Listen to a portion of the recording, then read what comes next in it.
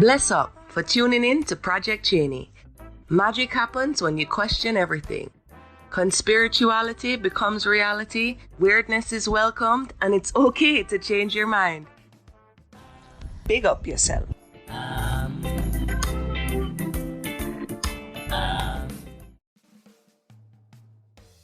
Hey you guys, welcome back to another episode of Project Chaney.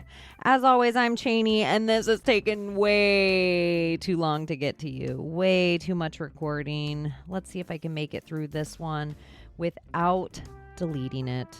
You know, I have my shadow work. I have my imposter syndrome. I have my own ego and my own insecurities, and I really don't mind bringing those to you. So here we go. Let's get weird. I am not using any of my notes for this episode because I feel like I cannot delete this again. I have to get this out, and I am chatting with Lindsey from Rogueways. If you don't listen to Rogueways, what are you doing with yourself? She has some of the best interviews. She is such a spiritually connected person.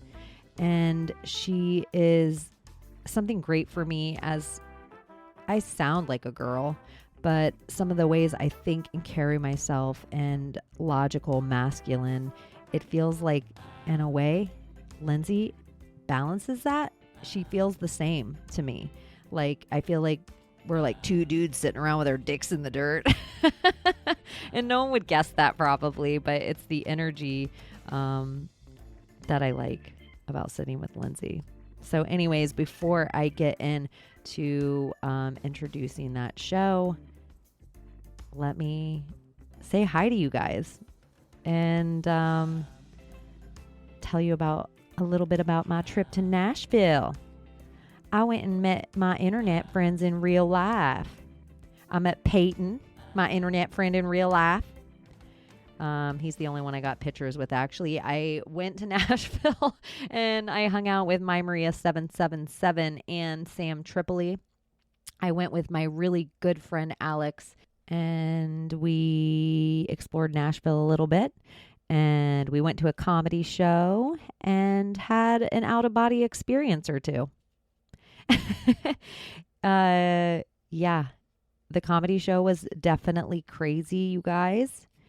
It was weird to be in your little stoner brain where you're like, oh my God, everyone's looking at me. Oh my God, I feel like everyone's looking at me. And then they really were looking at me. And that was humbling and interesting. When there was one point we opened this door and all the heads in the room looked at us. And I heard in the dark crowd someone go, "That's Chaney and My Maria."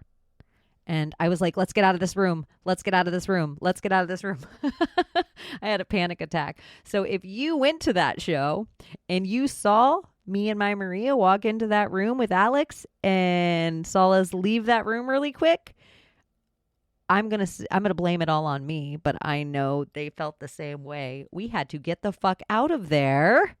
We were super stony, and we had no idea walking into the Bavarian beer house how it was so empty that there was that many people shoved into the back room. And it floored me energetically a little bit. So we also didn't know that the wall of the room was kind of double-sided with not like a police station, but like a decal.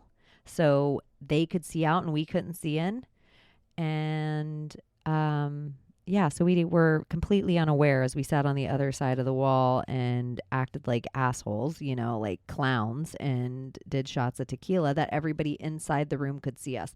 Not that everybody inside the room was paying attention to us outside the room. They were watching a comedy show. But it was a trippy out-of-body experience. And I was super grateful to experience it with My Maria. If I would have experienced it with just Alex, it might have, I wouldn't have been able to speak about how weird it was. And I hate this word. Like, there's places in the world, like I lived in Hollywood long enough that you'd be like, oh, like Britney Spears is an A-list celebrity. And then like, somebody on the radio might be like a D-list celebrity. But in that room, if Sam Tripoli was an A-list celebrity, it felt like I was at least a C or B-list celebrity just being in the room. And I really, I don't know if I was mentally prepared for it. I just thought I'm going to go and be the dildo sidekick to My Maria 777. And hey, you guys, look, it's My Maria. That's what I thought I was going to do. Some of you wrote me after. Sip my drink, sorry.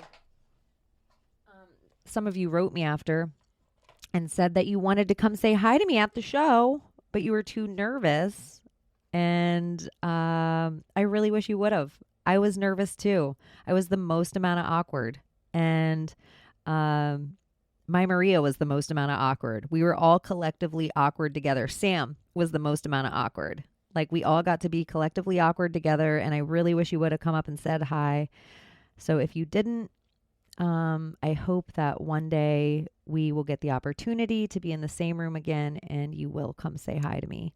The people who did say hi to me, you were so sweet and super kind. And I wish it was in an environment that we could have sat and chilled longer. Like, I wish we were around a campfire or there was tents so we could have all just chilled and vibed. It kind of felt like everything was a rush. And yeah, it felt like part of it, like I was an airport terminal, like, hi, go. And then this person's moving and that person's moving this way and this person's moving that way. But I wish I really had the time to sit and veg with some of you guys.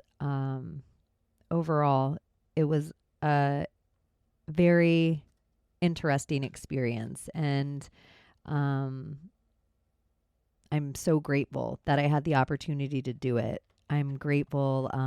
After Tennessee, I drove over to North Carolina and I got to meet one of my other internet friends in real life, one of my witches, Chelsea.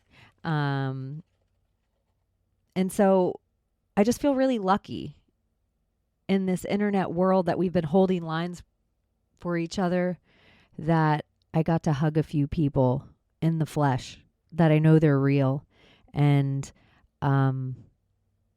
I know that deep down, all of our differences and our posts could be different and our theories and our philosophies and our things. But deep down, all the people that I met all over the country that are all holding lines, and if you knew how different all these people were than each other, it gave me a sense that we're just going to be okay.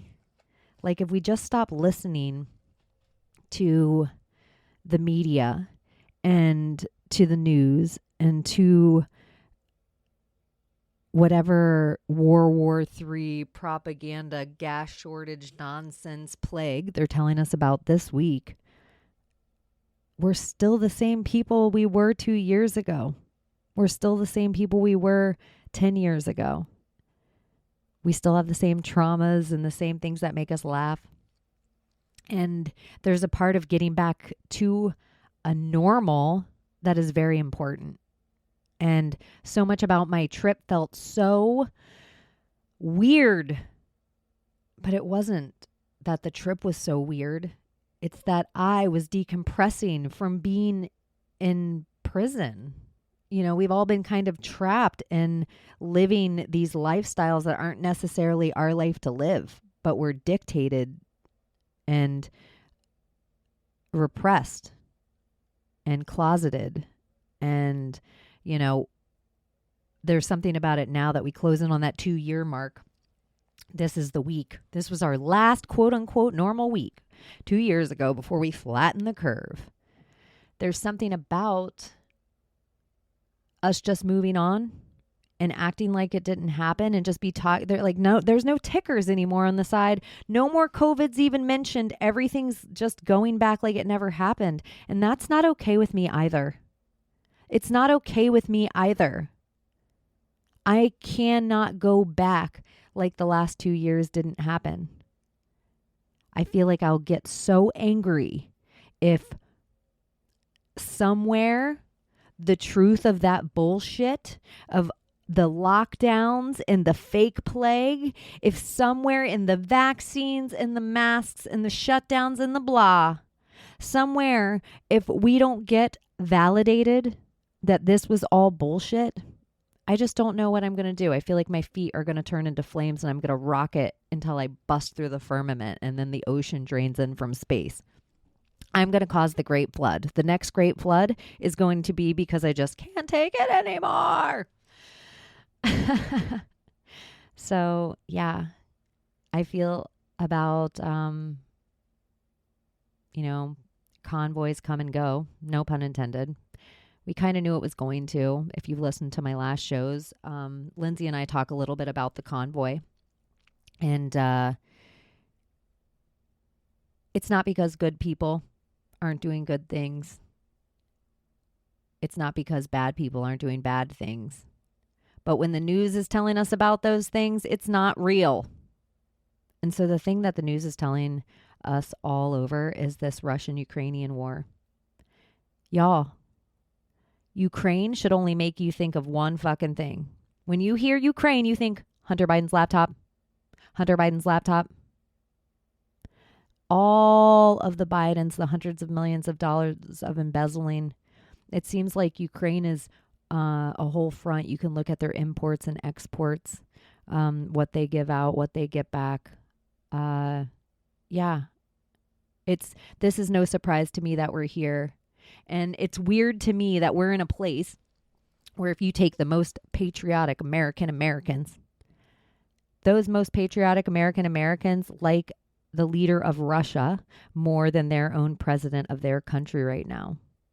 That if Russian tanks rolled on shore and they were like, we're going to kill Biden, would any American stop that from happening?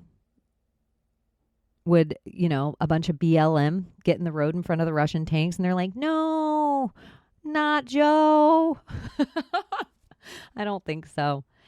We are in the upside down. And I don't really believe anything that I see going on the news from Ukraine. Chaney, you can't believe everything you see is fake. Oh, yes, I can. Haven't you watched movies? Don't you know what CGI is? Don't you know what actors are? Do you want me to tell you what an actor is? The leader of Ukraine. Look into him. He's an actor. Or I don't know, maybe our last president, actor. Barack Obama, actor. You guys, we're in an actor-based reality. It's all bullshit. It's all fake. It's so we just slowly grow into a state of stasis. I don't even know if that's the right word. Stagnation. Stagnation Nation. With Yosemite Sam on it. Seems like Yosemite Sam should stay stagnation. I don't know. Anywho, what the fuck am I talking about? Oh, I got a new tarot deck. So now I have 2 tarot decks. And a friend, another internet friend in real life that I got to meet, Stephanie, she was actually nice enough to get me my first tarot deck at Christmas time. And she also sent me this tarot book. Who knows? Who knows? Maybe a gal will get good at tarot. I do like my new tarot deck. It's really beautiful. It's Bianco Nero tarot. You guys can look it up if you're into it. It's like a black and white deck, and the art's pretty cool. I don't know. Maybe I'll pull a card sometime when I get good at that sort of thing. Oh, yeah. One thing at the comedy club to bring it all back around to Lindsey, because I'm not going to go too heavy into an intro. I don't want to delete anything else, and I really just want to get out this conversation so I can, whatever this writer's block is, but it's not writer's block. It's like my throat chakra is blocked. I just got to fucking do it. And so the sign of the woman's room in the Bavarian Beer House at Sam Tripoli's comedy night, instead of saying like ladies or dames, it said Damons. Which I was like, shut up, because I've kind of been obsessing on the Damon idea. for a few weeks leading out to it and talking about it a lot. And Lindsey and I get into the idea of the evil they don't want your light. Your light is weak. They want your darkness. Your darkness protects your light, but it also guides, or your light guides the darkness. Your darkness is strength and ego and id. And if it doesn't have the light, and the evil they can peel it off of you, and they can have a world run by all of our daemons, essentially. And we go more into this conversation, but a funny thing about this episode is when I wrote it in my calendar, I penciled it in, which I never do in my calendar, and I thought I was going to be on Rogueways. And as a host of a podcast, it is a significantly different deal when you're a guest than when you're a host. And some of my shows that actually are not my favorite shows that I released is because I've tried to swap cast with somebody. And so it was almost like being in driver's ed. I'm old, and that shows my age a little bit. I don't even know if they have driver's ed anymore. I know the cars drive themselves for kids now. But when I was young in driver's ed, the driver's ed teacher had a steering wheel on his side of the car and like a brake pedal. And so he could take over at whim of the car. And that's what a swap cast feels like to me. At whim, somebody can just pump the brakes and turn the direction. And I want to drive if it's my show, or I want someone else to drive if it's theirs. And I love being a guest on a show because you almost get to just, especially when you're lucky enough to be with a really great host, you just get to kick back and have a good time. And it's almost like, the host is there to kind of make you look good to their audience. Like, that's the job. So anyways, showing up with this episode with Lindsey, I thought I was going to be on Rogueways. And normally I might have canceled it because preparing for a show, to me, I take really seriously. I was lucky enough that I watch Rogueways pretty frequently. I know about Lindsey. I follow her TikTok, and I follow her on IG, and I text with her sometimes on the back end, and I'm on the Rogueways channel on Telegram. So I didn't really need to prep. So when I found out it was my show and I was interviewing her again, and that this was tentative and the reason it was penciled in and blah, blah, blah, blah, blah, I didn't want to cancel. I was kind of excited to sit down with her again. And I just knew that we could fill time easy because I would sit with her anywhere on the planet and love sharing time. So, yeah, I probably don't need super long of an intro because we totally just hang out and vibe and talk about our daemons. But since I did do the interview, I've been very present about hanging out with my daemon and nurturing my daemon a little more. And, we stare in the mirror and you do your hair or your makeup or you work out and you're like, yes, this is for the best version of me. This is all for me. But sometimes maybe you should treat the ugly sides of yourself like that too. And so I took a bath with my daemon for the first time. And no joke, I don't even remember the last time I took a bath. It's like been over 30 years. And just being kind to my ugly, if that makes sense.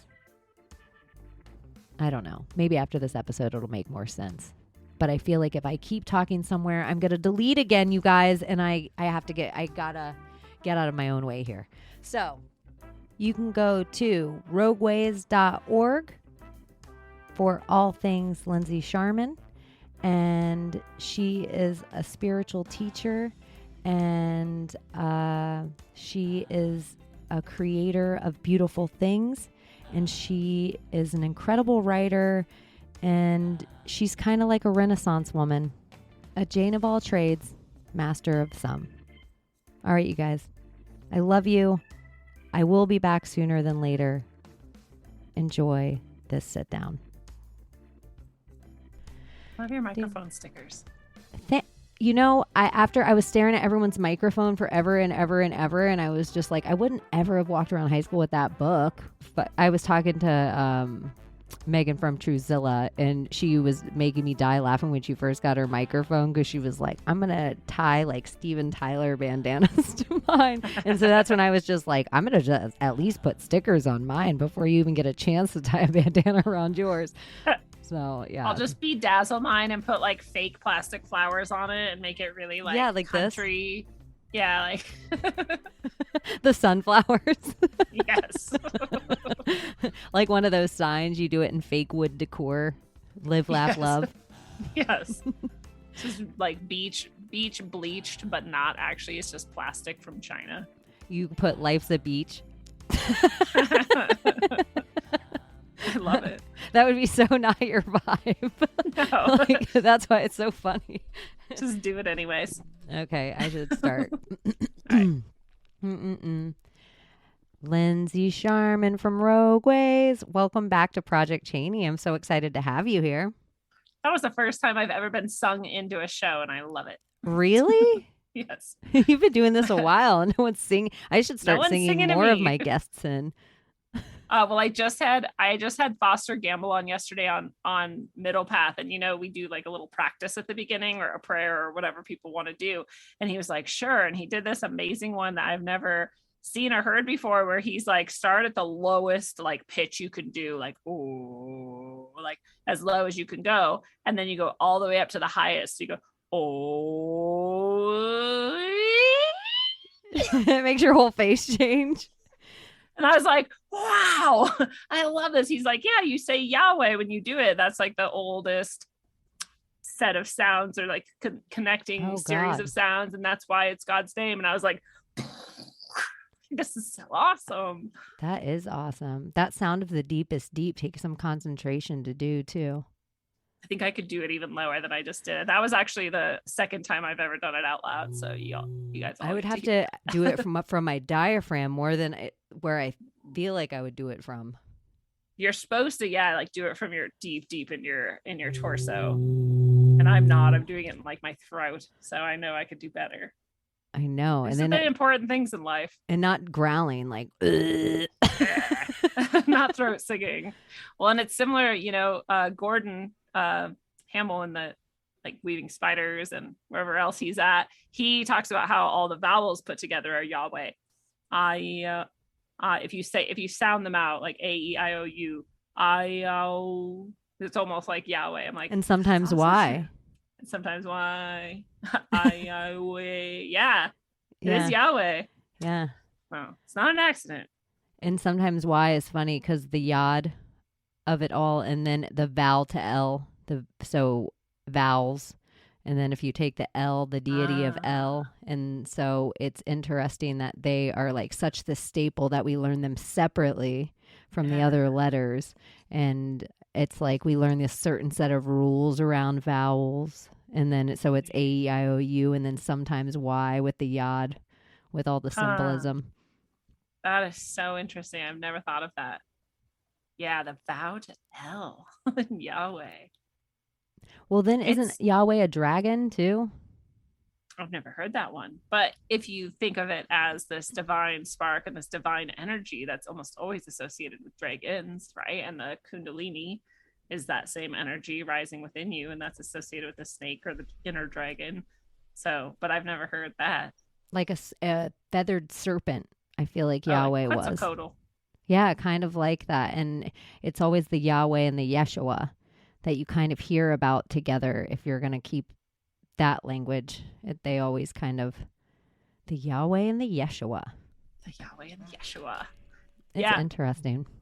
That feathered serpent thing is all around the world too, right? The dragon. It's interesting too, right? Dinosaurs, they're like, oh, were they feathered or were they scaled? Or was it a little bit of both? Were they feathered serpents? So that's an interest, especially because dinosaurs may not have actually ever existed, right? They may just be this construct for whatever, I guess, so that we believe in the scarcity of oil. It's like a big lie to tell for like a pretty simple game. But if they're feathered serpents, and then we have Quetzalcoatl as the feathered serpent, and then I guess Yahweh could be the feathered serpent, and then there's a lot of other feathered sort of serpent like beings that were associated with ascension or like high level mystery and bringing occult teachings and civilization around the world, especially after a time of great flooding or chaos.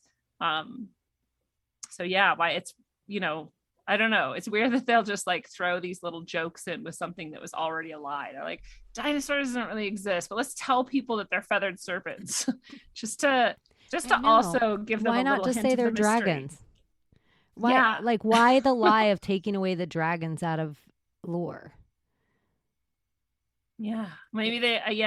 Because dragons are like even more powerful too. Like, dinosaurs are so big and you're like, oh my god, they're huge, they would kill everything, they're like rat. But dragons have an even more, they're mystical and magical. In addition to that, they're not just flesh and blood power, but they're like the spiritual power also, which is also going back to that like kundalini and Yahweh and this god energy within you. We are also flesh and spirit. We are all the feather dragon. Doesn't it seem like all the, like they have T-Rex kind, and they have like velociraptors, and then they have pterodactyls, and then they have, it's like dragons can do all the things that all those other dinosaurs can do, and they blow fire out of their mouth. Yes. And they're like the highest level energy. So out of all the, spiritual energies that I end up working with and encountering in my work, that I see like bear and like turtle and like or even humanoid type energies that are more like angels or ascended masters or something, and they're like they're all high vibing, like beautiful energies. But if I have the honor of seeing like a dragon, it's on the same level as when I have the honor of seeing something that we would consider like a god or a goddess, that type of entity or energy. Like they're like huge, amazingly pure, highest high level, where you almost want to like fall down because you're like, how am I even having this experience? Like, how are you even able to exist? How are we able to exist in the same space together even? Like that is what a dragon has when you see it in this spiritual work, on the spiritual space. They could crush you, but they're kind. They're very kind, or at least all the ones that I've had the pleasure of interacting with so far. And yet, but yeah, it's that power, like massive amounts of power. Crush is like the nicest of what they could do. This is the easiest of what they could do. What would your dragon eat? I had an imaginary friend dragon when I was a kid, but it never ate anything. So I've never actually considered. I think like leaves and grass. Mine's seawater. Makes it friendlier. Ooh, I like that. I just feel like we would dive fast into the ocean after like a battle or whatever. And it would be like, I don't know why it was a boy in my head when I just pictured it. I did have a pronoun for my dragon, everyone. That I just pictured like swoop down, feed it. It would be so excited about it. I love it. I just picture it like absorbing it through its skin and it's just filling up. Like it doesn't even have to like open its mouth. Yeah. I know, and even flipper. It'd be so like all the little kid dreams all in one. Like your dragon would do the like up and down through the waves for you, and you'd hold on. Well, that's the other thing. So when I was young, my dragon was much more like Puff the Magic Dragon type dragon. Like he has a big body and like a smaller arms and stuff. But the dragons that I see, the dragons that I see now are like in the spiritual space. They're those long, sinuous sort of serpentine like dragons. But they have that big energy head too, where it's not like, it looks like all that Chinese sort of dragons with all the like, I don't know, whatever they are, tentacles and like things flying off. It's like that, but energetically. I just know me. I would not be good at barebacking a dragon. I would not feel put down a little blanket. Yeah, like I would just want the stirrups more than the saddle. I just want to be able to stand up onto my dragon, like when need be, or there'd have to be like some spot of like gills or something that I could wedge my feet in. And then I'd be fine. But just free balling, riding on a dragon, I would be anxiety ridden Or if my dragon just got some, like if a dragon has a cat personality that just decides like you do something shitty or you're having a bad day. Yeah, and then it would really just let you fall. You just go limp like a drunk person, like go limp because you know your dragon would get you, but it would still be a lot. It would be a lot. It's a lot of responsibility, a lot of pressure. I just picture like you would like sleep almost on it, like you would just lay on him and like hug him and he would take care of everything and fly. And here I am with the he again too. I actually always default to he with everything, with plants, with trees, with people. Like he is like my default. That's just what everyone is naturally. And then maybe if you're very lucky, you're a she. Yeah, So, like, it has to be a grand vessel, and I'll be like, "Ooh, look at her." well said. Yeah, that's exactly what it is. Well, and so when I'm working with people's spiritual energies and they're coming forth like these dragons or bears or whatever they are, always it's he, but every once in a while I'm like she, and I always notice I'm like, oh, I mean, I guess this one's a she. Really rare. I don't know if it's. I haven't heard anyone ever talk about their dragon in a feminine form before. Me either. That is really interesting.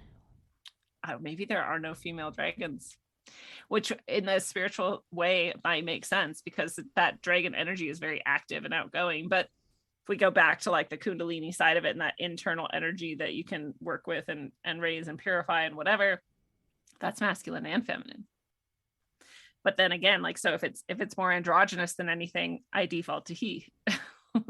Yeah, isn't that like, interesting? You're not too? a she very clearly, then you're a he. Yeah. But then maybe dragons don't womb.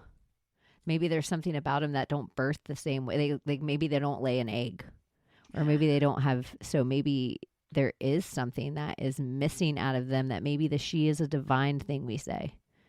Maybe, or if it's something we build and we create, and it's both energies at once, then it can only come from a development of something. Like we are the egg. And then it comes from us, like ascending or whatever you want to call that process. And then it wouldn't have a gender. Yeah. It would just be next. It would just do the next. It would be Z. It would be Zaddy. Hi, Zaddy. Wouldn't that be such a great name for a dragon, though? Daddy. I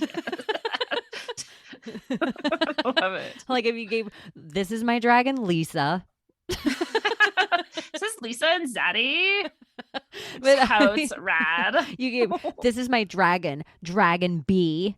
And like it had an attitude, and you gave it like a bedazzle. Like, because if people had dragons like Paris Hilton type furry collared dragons, people would have dragon parks where dragons played with each other. I love it. I want a dragon now. I want to fly on a dragon. This is never ending story again, always. Falcor would be like the most fun thing you could ever do. Like, this is why Never Ending Story was the best movie. You're like, oh, I want to fly on a dragon. Like, you could do that. But I was just watching The Golden Compass, but I don't know if it was called that. Oh, His Dark Materials. They made like a TV show out of it. So I was watching that with Johnny. And have you ever watched or read The Golden Compass or His Dark Materials?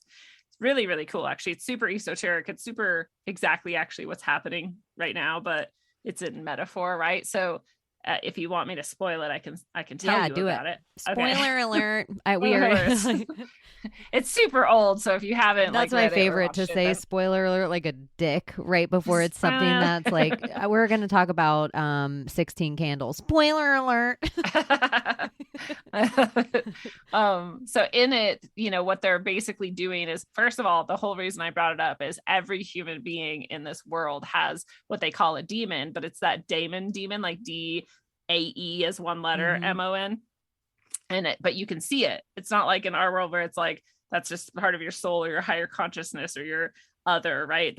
In this world, it's an animal, and it's your soul too. It's exactly ours, but you can see it and touch it and talk to it, and it's like there with you, and it's super fun. It's super fun to think about in this world, because you're like, well, what would my daemon be if it was a being that I could touch and talk to and interact with? And so we want to ask ourselves this question. I mean, I want to hear your answer too.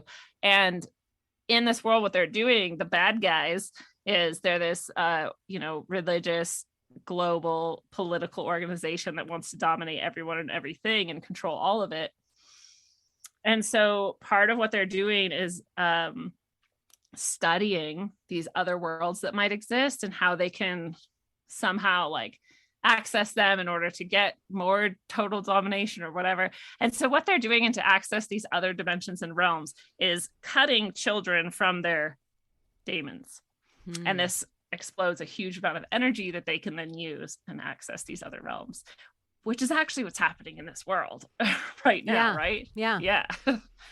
They're like, let's take children and let's take from them the most precious aspect of themselves and completely separate it from them and make them psychopaths, empty vessels and psychopaths. And let's use that energy for ourselves, for our own purposes. So I'm like, whoever wrote this, Philip Pullman, I think is his name, super, super clever way to talk about, you know, satanic ritual abuse and global control in a fun way to read about. It's actually really cool. But so that's that dark story. And no, it's so interesting. Like if you had a day, like let's say the world, like sometimes I think part of my philosophy for like a year was that we are here to bring order to the chaos. But then part of it became, oh, we thrive in chaos. Like we are everything's supposed to be different every day. We're supposed to change it forward, and that's how we grow and change it and grow and change it. And like part of it, but then there's supposed to be this little bit we hold on to and protect. And that's like it's like my whole philosophy of everything changed. So then you think of like, we have this demon attached to us, but really kind of attached to us in a way that it needs us, because like it needs our order, it needs our love, it needs our sorrow, it needs our grief to always have that human connection of this whole thing. But it's also the same thing that gets us to not give up our seat on the bus and move to the back. It's also the thing that makes us like stand up at the school board and say, these kids need to take their mask off, and I have no kids. So it's like this kind of thing. But if the bad guys can separate, so it no longer has us, we're the angels driving this thing, and they get to take it, it becomes even extra sad and extra lonely. And now it's not attached to us anymore. So it's like this demon, as we're made to think about it, like almost if you think of this big huge horn thing or behind you, like for me, I think like if I had like Beauty and the Beast, like the beast behind me, but tiger stripes, like, but kind of like that idea, that like big cat with like, or from that old TV show with Terminator 2 lady where they were in the sewers and it was like Beauty and the Beast. I don't remember. Yeah, but it's like kind of that same idea, or even the cartoon with like Belle, like we're all essentially Belle, and then the beast is our daemon. Yeah. That's part of what I love about it too, is like your daemon has your inner characteristics, you know, the sort of true part of your personality and whatever, but some of that might be hidden in general, but then it's not, because it's here in your daemon. Like if your daemon is a like all the politicians and all of the sort of shitty people had like bugs or like lizards as their daemons, and then like the cool like brave people would have like a big like lion or whatever. So it's not really hidden at all, actually. And I'm always like, whenever I'm watching it or reading it, I'm like, so no one talks about like that they're all bugs and like nasty shit and they're nasty people. I don't know, I thought about it a lot. I was like, because I would love to have like a dolphin or something, but I see you feathered. I see you feathered. I see you feathered. It would have to be a bird. Yeah, like a big. I'd be a wings. feathered serpent. Yeah, look at it. Feathered serpent again. A rainbow feathered serpent. No, yeah, it would probably be a bird though. I've had eagles as my like sort of main, whatever people want to call like spirit animals. Or I wanted to say animals, eagle, but that's not my normal thing that I work in, and it seemed almost too cliche to say aloud. But that's right, really the first thing that I saw was like eagle, head over your, like even the full beak. Like in this picture that no one can ever actually see accurately, where this is actually people dressed up as an eagle with beaks coming over their heads. Oh my God, exactly. That is what I saw. And I swear I couldn't see that picture behind you. I know. I'm just trying to show you how psychic you are. That's kind of crazy. This is a really significant picture to commemorate a very significant triple set of eagle experiences that are really what solidified for me that this is my this is my guy. This is my spirit guide on the other side. And I just actually have been realizing lately that I mean, I know that it's always all us. Like, that's me, this is me, whatever. It's all us. But in a very much more direct and real way, my ego guide is me. So where's your yeah. Scorpio in your chart? Oh God, I don't know. I'd have to pull my charts out. Because something I just imagine it's all the same and it has nothing to do with horoscope. But the life cycle of a phoenix is scorpion to eagle to phoenix. And every stage of it is like a painful stage in different ways. Because you're like this water being and somewhere in this injected poison black heart thing. And then you become this air kind of being, but somewhere your feathers have to burn off.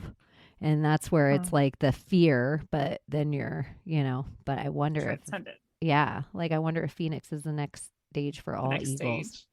Yeah, I feel that actually, because I've also been realizing more and more that this dragon that I work with is also me. But again, in a more direct and immediate way than what we mean when we say that like literally everything is all us. Phoenixes seem very similar to dragons. There, it seems feathered serpent again.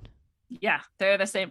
I mean, so you can have like, especially on the spiritual realm, an experience with a phoenix being, and it's a little different from an experience with a dragon being. But when you like, if you want to compare their energies and what like I call it medicine that they bring, they're almost exactly the same.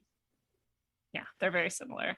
How crazy. Has anything on the spiritual realm kind of, whether it's not yours, working with other people or even working with yourself, that like kind of leaves you speechless, like an in awe kind of like whatever, like wordless? Yeah. And I try to share it with people, especially, I mean, if it's their ceremony or their session and that sort of happens, I try to express it. And I'm always like, I literally can't. I mean, there are no words actually. So I just am trying to like, okay, let's just try to feel this. Like you could feel this. And that works a little bit better. But I've also had, so one example is one of the first times I met like what we would call a god or goddess, and it was Freya. I didn't know that. And when I first was seeing her, I literally could only see like a part of her foot. Because so like I try to explain to people, like if you're looking right now with your real eyes, the world is kind of like a oblong oval, right? Oblique that's what you spheroid. Can see. There you go. Oblique spheroid is way better. And then that's what Neil deGrasse Tyson says on Joe Rogan. I don't know. Spheroid. And when I'm in the spiritual space, it's very similar. Like this is like a kind of a domed, egg-like space that I see that we're in. And her foot like filled up all of that. So I was like, whoa, like this is huge. Like, so I'm like trying to like zoom back, and like see, and that wasn't working very well either. So I had to just go up and just see like pieces at a time. So I saw like, this belt and this like sort of flowing dress, and it was all kind of dark and purpley and black, and it was like cold and icy, and I was like, I don't know. And then there was ravens flying around, and then I like saw her face and I understood she was Freya. And it was that exact moment where I was just like, I don't even know how to take this in or describe it or share it with anyone. That I just did the best I could, but that obviously doesn't even come close. So there's one aspect of that. Like this thing is literally like too big and too much energy for me to even try and like translate through.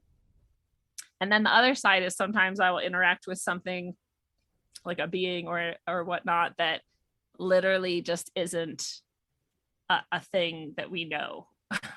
It's not a person. It's not an animal. It's like giving me like aspects of itself, and I'm trying to like put them together. It just looks like blurry and stuff and doesn't really make sense. And then if I ask it like, well, do you have a name or like something I could say? They're like, you wouldn't know. You wouldn't understand.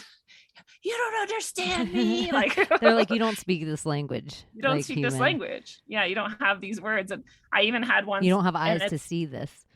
Yeah. And it sounds so dumb, but it's true. I had one time was like, I don't know, you can call me Steve. And it was, I was like laughing and it was laughing and it was a really funny joke, but it was like, I'm like, am I supposed to tell people this? Like the person whose experience this is, I'm supposed to come back and share this with them. Right. and I'm supposed to tell them that I met a thing that isn't even really like a thing that we can describe or know. And it also doesn't have a name, but it wants you to call it Steve. Like, okay. So I feel kind of stupid sometimes, but I'm also have learned to just like, whatever. You just have to say it. Yeah, it is what it is. I know that's what sometimes when a flash or vision or whatever, it comes to you, sometimes it seems so like, no, I pulled this out of my head just now and you'll logically try to make sense of why it's in there. But it's usually like, oh, I'm just going to say this. This is so weird. But okay. Yes. That ends up being too it ends up being the thing that like needed to be said or heard or understood or whatever. So it's that trust, right? Trusting that space, trusting that connections, trusting that stuff that comes through. I get better and better at it. Where do you feel it when you're connected?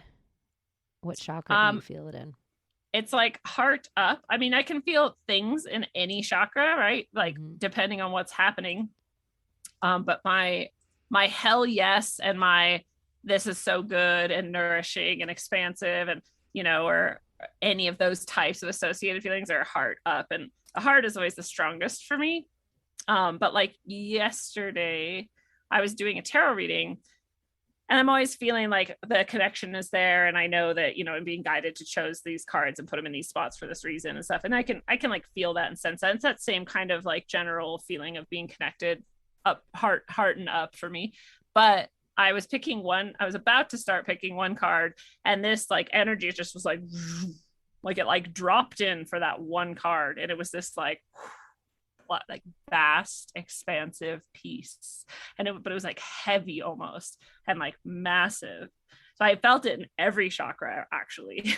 All of them like were like kind of just, I don't even know how to really describe it, like kind of lifted and widened and cleared. So I was like, this is a big energy that just came through just for this one card for some reason. Like, why? I don't know. But like, that's what happened. Do you remember the card? I don't. I've done so. I know it's like readings, and there's something like if you're doing them for somebody else too, you almost like it's that sacred space of their connection.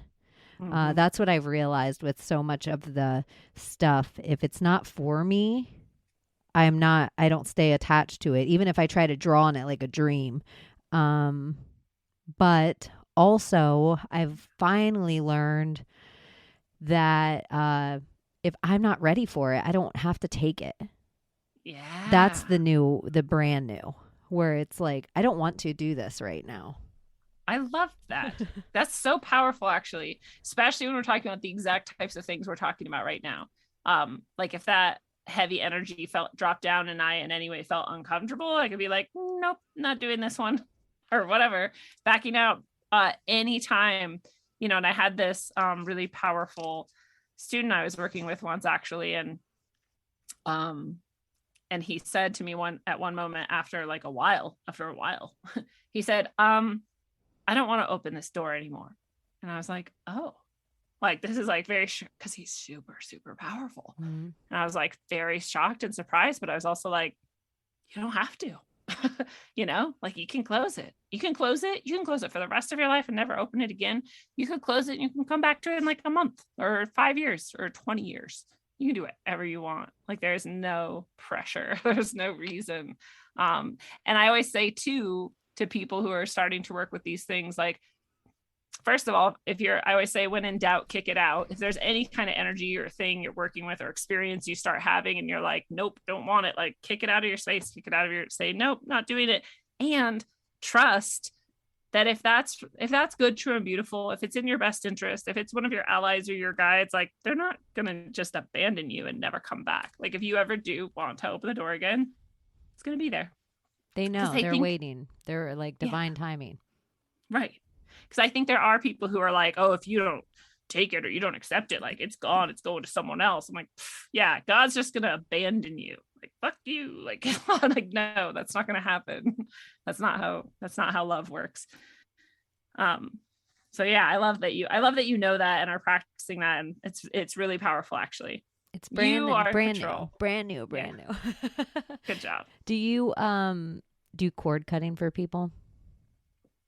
Essentially, but it's like with cord cutting, with entity detachment, or with or even with the stuff that feels like entities to people but is our own sort of psyche and negative crap that we've built up over time, our own patterns and stuff. With any of those things, you know, if I'm doing ceremony for them and I first go in and see that sort of stuff and we can clear it out, we clear it out. It's gone. It's gone for the rest of that ceremony. It's probably gone for a time because the ceremony is actually super powerful. But whatever you did to let it in or invite it or create it in the first place, that has to change or else it's going to come back. So yes, but I think anybody who claims that they do that and it's permanent is probably either genuinely unaware that that's not true or lying to you. One of the two, but neither is very helpful because you do actually have to make the change in yourself in order to keep that gone. And so I teach people also how to do that and support them in doing it. And it's not hard. Anyone can shift and change. And a lot of the things are much easier to shift and change because you've done this ceremony and had this work and had these sort of blessings and massive healings and all of this light and all of your allies and guides and all of this medicine comes in and just like releases so much. And you may, let's say that you invited something in because you were, you know, drinking really heavily and like blackout drunk and like who knows whatever and just being an alcoholic. Well, you had this sort of thing done, you'll suddenly realize a lot easier to not drink, actually. A lot easier to start taking better care of yourself and a lot easier to sort of be, because you're vibrating and you're inviting in those types of energies and you've had them come in already and shift things and whatever. And so you're just in that place. Like that's just what you're doing. And it's just so much easier. And I hear this all the time from people. They're like, oh my God, as soon as we did this, and then all of a sudden I just like quit smoking, or it was just like so easy to stop fighting with my sister or whatever, you know, whatever it is. And I just stopped being surprised at one point. I'm like, yeah, that's what it does. It does helps you like change it doesn't even help you change it. It just changes it. It brings you back into a deeper alignment with who and what you actually already are, with less of the blockages that keep you like dragged down and disconnected and wanting all of those things that don't actually serve you. It's really beautiful. And deep down, like somebody can say they want a cord cut and they can go through all the, you know, pain and whatever, but like somewhere it has to be a real decision. Like they'll keep a thread of a cord. Do you ever like work in someone's energy where you're like, you're not ready to let this go? Absolutely. Yeah. There's people, in fact, who, yeah, they just, it's exactly that. They say they want it. They think they want it. They come and they do all this work with me, and then they don't actually apply it or live it or do it. And that's what I'd like to point out again. Like people like to really believe that they have demonic attachments or like negative entities and things, you know, pulling all these like tricks and getting them in trouble and making them act certain ways. And it's way easier than saying, actually, I've created a lot of habits and behaviors and accumulated all of these things, and I'm not looking at myself truly, and I don't want to change this and that. That's a lot harder to look at yourself really clearly and see that and be like, oh yeah, that's actually me. That's me doing that. How easy is it for humans to attach to you and stay attached? It's well, again, if you're the one inviting them and they've come calling, they've agreed to, then that would be pretty hard to detach, right? Unless you both like agreed. But if you're also them dealing with like what do we want to call them, like warlocks or, you know, like actual magicians and stuff, Yeah. that would be different too. I'll say when I'm doing work in the soul space, nothing is hard to detach because I'm not even doing it. Like this is all way higher powers than me. Yeah. I'm just like, cool, I gotta watch this. This is amazing. Like it's so beautiful. It's really an honor. I don't do anything at all. And so it's super easy. It's easy as watching like a construction site happen in front of you. You're like, cool. Good job, guys. This is what happens. Good. Beep, beep, beep. You're just there with a hard hat. You're not even having to direct anything. Eating a hoagie. Yeah. You're in the air-conditioned trailer. Yeah. Yeah. No, I feel everything that happens, and I experience it almost like it's happening to myself. And so it's not like there's no, I don't know what I want to say about that. Like Residual for you. Yeah, but I've also learned really, really well over lots and lots of time how to not let that stick on me at all.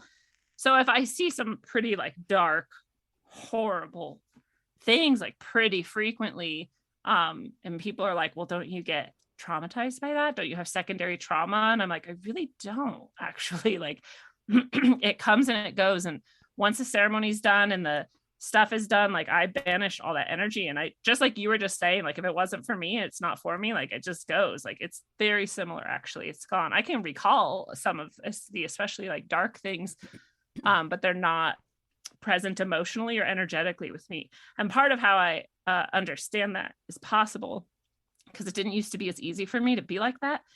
Used to be as something that just sort of happened for me, because I used to have more for it to resonate with, right? I had more in me that was also dark still, however you wanted to say that.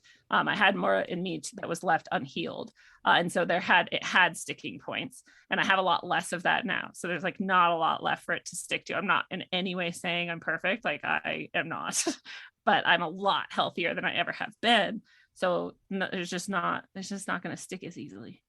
I think it's funny. I think a lot of people are very aware. Like if I ask you right now, you're present and you know about energies and you work with them. And so if I'm like, are you aware when you're loving something? And everybody is. Everybody can think of moments that they love.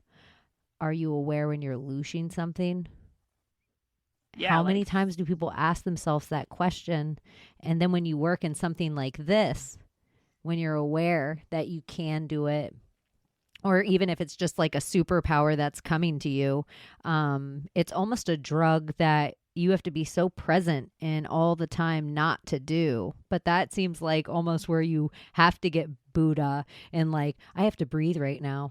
I have to go through these things to not, take whatever energy you're taking in because it has to go somewhere, and then not re-loosh this situation right now. Yeah, it is a lot of presence and attention. I was actually just reflecting on this recently, like, because I suddenly just gotten a lot more of this type of work. And so I'm doing it a lot more regularly. And, one of these days, it's all been kind of a whirlwind lately. I was like, wow, I live like really intentionally. Like I wake up at this time, I go straight to this Brown's gas machine that I've been breathing in this Brown's gas because it's amazing. I do that for 20 minutes. I like go and I then do this, and then I do this practice, and then I do that practice, and then I do this other thing, and then I get to work, and then I do work. And in between work, I'm like, I have to get up and stretch or else my body's gonna like start cramping. I'm like doing like qigong in between sessions and stuff. And then like by the time and then I like, I have to drink my organic fresh pressed juice to keep my energy up and my body healthy because I have all this stuff to do. And then I'm like, dude, I've become like a weird, like Pollyanna on accident and like living in this like ultra pure way that I didn't really ever intend to do. But if I don't, it would all fall apart. And it also feels really good to be healthy and like in line with all this. And like, you know what I mean? It's really weird. So very intentional. And it's similar to what you're describing, because then I'm also really intentional about my energy almost all the time. My days off, I'm like not doing any spiritual practices, not doing anything. I'm gonna go play Zelda for like 6 hours, like eat and it's chips. Okay. I'm not gonna be guilty. Right. I'm gonna enjoy it. I'm gonna be like, hell yeah, this is awesome. Like I get to still also just be a person. Something huge happened with my health too when I stopped carrying guilt for my enjoyments. Ooh. Yeah. Like so much of it, like I feel like so many people are battling their weight because every single thing they put in their mouth they feel bad about. And then it's like that negative feedback cycle. You're gonna double the like heavy dose of it. It's just gonna stick to it's like what we were just describing. You're like giving it something extra to stick to on the way down. And it's a chemical you can't pronounce. So you're just sticking it. We have no idea what they really are. We like everybody's debating about like how good a Vax is, but it's like, what's in your Twinkies, homie? Yeah, dude. Like seriously, I know. I'm like drinking this. It's natural El Dorado, but it's like the it's like the Gatorade for hippies. But I'm like, even this, I'm American like, American spirits. Yeah, exactly. It's like, it's better for me, but it's still like, I could probably do better, but it does have turmeric in it, which is kind of amazing. Like, that's why it's orange. Because I was like, it probably has food coloring in it. It actually doesn't. So you can get some good stuff, but have you tried that? What is it, like liquid death water yet? yeah, isn't it just water though? Like, I don't understand it. It's just water in a can, but it just tastes better than water in plastic. But there's like whole voodoo, like it's like their whole marketing campaign is black magic. And that they've had like voodoo done over the water distilleries, and that they actually? That's where I'm like, in my witchy world, you can't joke about this. Yeah. Like, of course, this seems like and it has, it's clever because it's called liquid death, but it's still, water. Yeah. And it's like, where's so much water? I just think the smallest amount of water, you could do a spell to anything on the planet because it goes through every pipe eventually. It's just like, this is interesting. Well, water is one of the most powerful elements, obviously for us because we're humans, but just in general, it's crystalline. It's a crystalline liquid that is everywhere all the time, and so it holds like this ability to both be a portal and to hold energy, to hold intention, to magnify energy and intention, and do all of these things. And it's just simple little substance. And this is why we have like scrying bowls that have water in them, right? They're made of water. And we have holy water. But I've never thought of cursed water before until you just said that. And I'm like, what a bunch of evil assholes. Like, you took the best, purest substance with the most power and tried to turn it against us. I have this feeling about water, though, that it's self cleansing, like it finds its ground or whatever. It literally goes back down into the earth, down into its aquifers and through all these layers and purifies again and picks up whatever minerals it needs and then comes back up. So I feel like even if they are doing that, it's going to clean itself out. But on the way, especially if you're knowingly agreeing, like, yeah, they did voodoo and now I'm drinking death, you're like, okay, what are you doing to yourself right now? Who knows? Yeah, it's like you're agreeing on it. Makes it even more powerful. What is your thoughts of the trucker convoy? I love them. I love the energy of it. I love that millions of people worldwide have collaborated in it somehow, or joined into it, or been a part of it in some way, and that it's given people hope again. It's empowered them. It's reminded them that they are powerful. It's reminded them that very simple tools can be used against great oppression, because I think a lot of people have this feeling like, well, we can't stop it. They're just gonna take over the system and force vaccines and stick us in camps and that's not true. The future isn't written. We don't know. Like, why would you give up before we even started? And you have to try something, right? And it was never going to be smart to try violence because they know exactly what to do with violence. And they don't know what to do with peace. And this is why they've had so many I don't know. It's like, okay, we'll bring in the cops, and the cops were like, okay, then we resign. Like, oh, we'll bring in the military. And the military is like, yeah, we're not doing that either. And they're like, oh, okay, we'll bring in like these different forces. Who even knows who it is at this point? It's the people who didn't resign and didn't say no who are left that they've now outfitted. And they're like, oh, well, we'll freeze your GoFundMe. And people were like, fine, we'll go to Give, Send, Go. And they're like, well, we'll hack Give, Send, Go. Like, they're following us. Like, we're the ones saying we're going to do this, and then they're reacting to it. And that is a pretty good place to be. It's still, they're evil. They're going to use it to their advantage. If it, when it creates supply shortages, which we already had, when it creates more, or, if their planned supply shortages become even worse, they'll blame it on them. And then some people who aren't very smart will say like, fuck truckers and screw people who stand up, and there's no point in resisting tyranny or something, like everybody bow to the dark side. And that might happen too. And they're obviously doing their smear campaigns and saying that they're racist and they're Trump supporters, which I'm like, how would that even have anything to do with anything? Oh my gosh, I've heard him be called Anon. Like, they're QAnons. I've heard that. Stupid. And I'm like, here we go. Here, so stupid. It's so crazy. Even the flag, they were like, because really, if we, the ants, are waking up. This shit couldn't have happened in America because it would have looked like "Don't Tread on Me" flags, and they would have called it racist, and it would have been Trump. It had to be Canadian flags because it just looks so silly when they try to put a rebel flag mixed in. And they're like, it's so silly when they try to be like, look at these racist rebels. And the Canadians are like, what? They're like, we don't care about your like Southern Confederate shit. What? They're like, what are you talking about? We really still have a queen and we're yelling at Trudeau. Like, we don't even know what's going on. Well, and they've done such a good job. They're like, oh, you're going to get serious about it? We're going to bring out bouncy castles and we're going to start grilling hot dogs. Pizza you know, ovens, you're going to saunas. Yeah. Like, we're going to make this a party. People are like dancing in the streets. Like, that is the energy you need. Because when people start being like, all right, guys, we got to like man up, we got to troop up and they're going to come for us. Like, now you're starting to go the direction where you're going to start being violent again and against them or in reaction to them. You have the BART, like that whole idea of Seattle, where we were all watching that whole downtown area be taken over by a bunch of liberals. That was like this really horrible situation. And that's exactly what they wanted. They kept trying to get the gun toters to do the same thing. And they wanted it with the insurrection. They wanted it with the truck driver thing. I could sit here with you. Like, I'm like, yes, everyone, I know the Suez Canal. It's the same way as we all know movie theaters were failing for years because we all have movie theaters in our home. We all knew that was happening. It had nothing to do with coronavirus. Like, they were a failing business model already. We all knew grocery store chains were slowly going under because of food delivery services and Amazon and things of this nature. We all knew this was happening.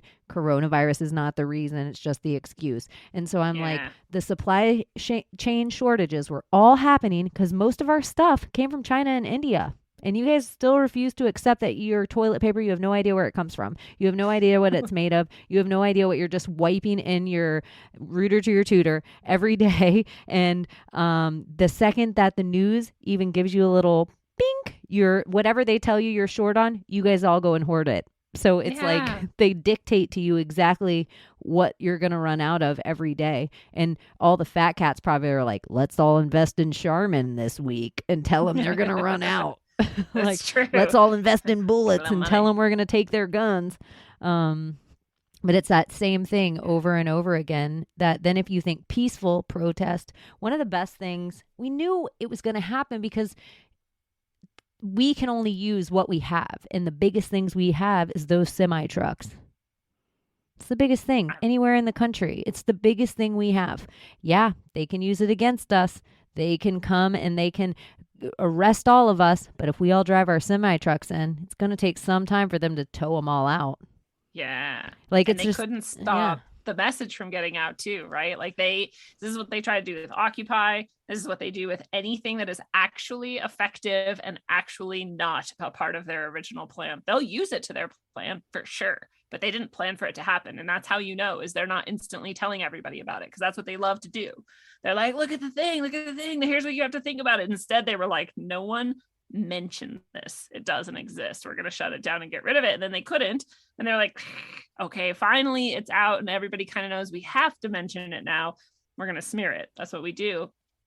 This is the same thing back in Occupy. I asked the same people too. I was like, hey, have you guys heard of Occupy? And they're like, no. And I'm like, it's literally worldwide. It's literally like, who knows how many millions of people all over the world, every major city, like everywhere. And you've not heard of it. And they're like, no, it must not be like that big. I'm like, it's fucking huge. Like, yes, huge. This is the power of the media. They're not telling you and you don't know about it because of them. Like, doesn't that bother you? And this, again, I've asked the same people, you heard about the truckers thing? They're like, no. I'm like, okay, well, that's how I know that this is real.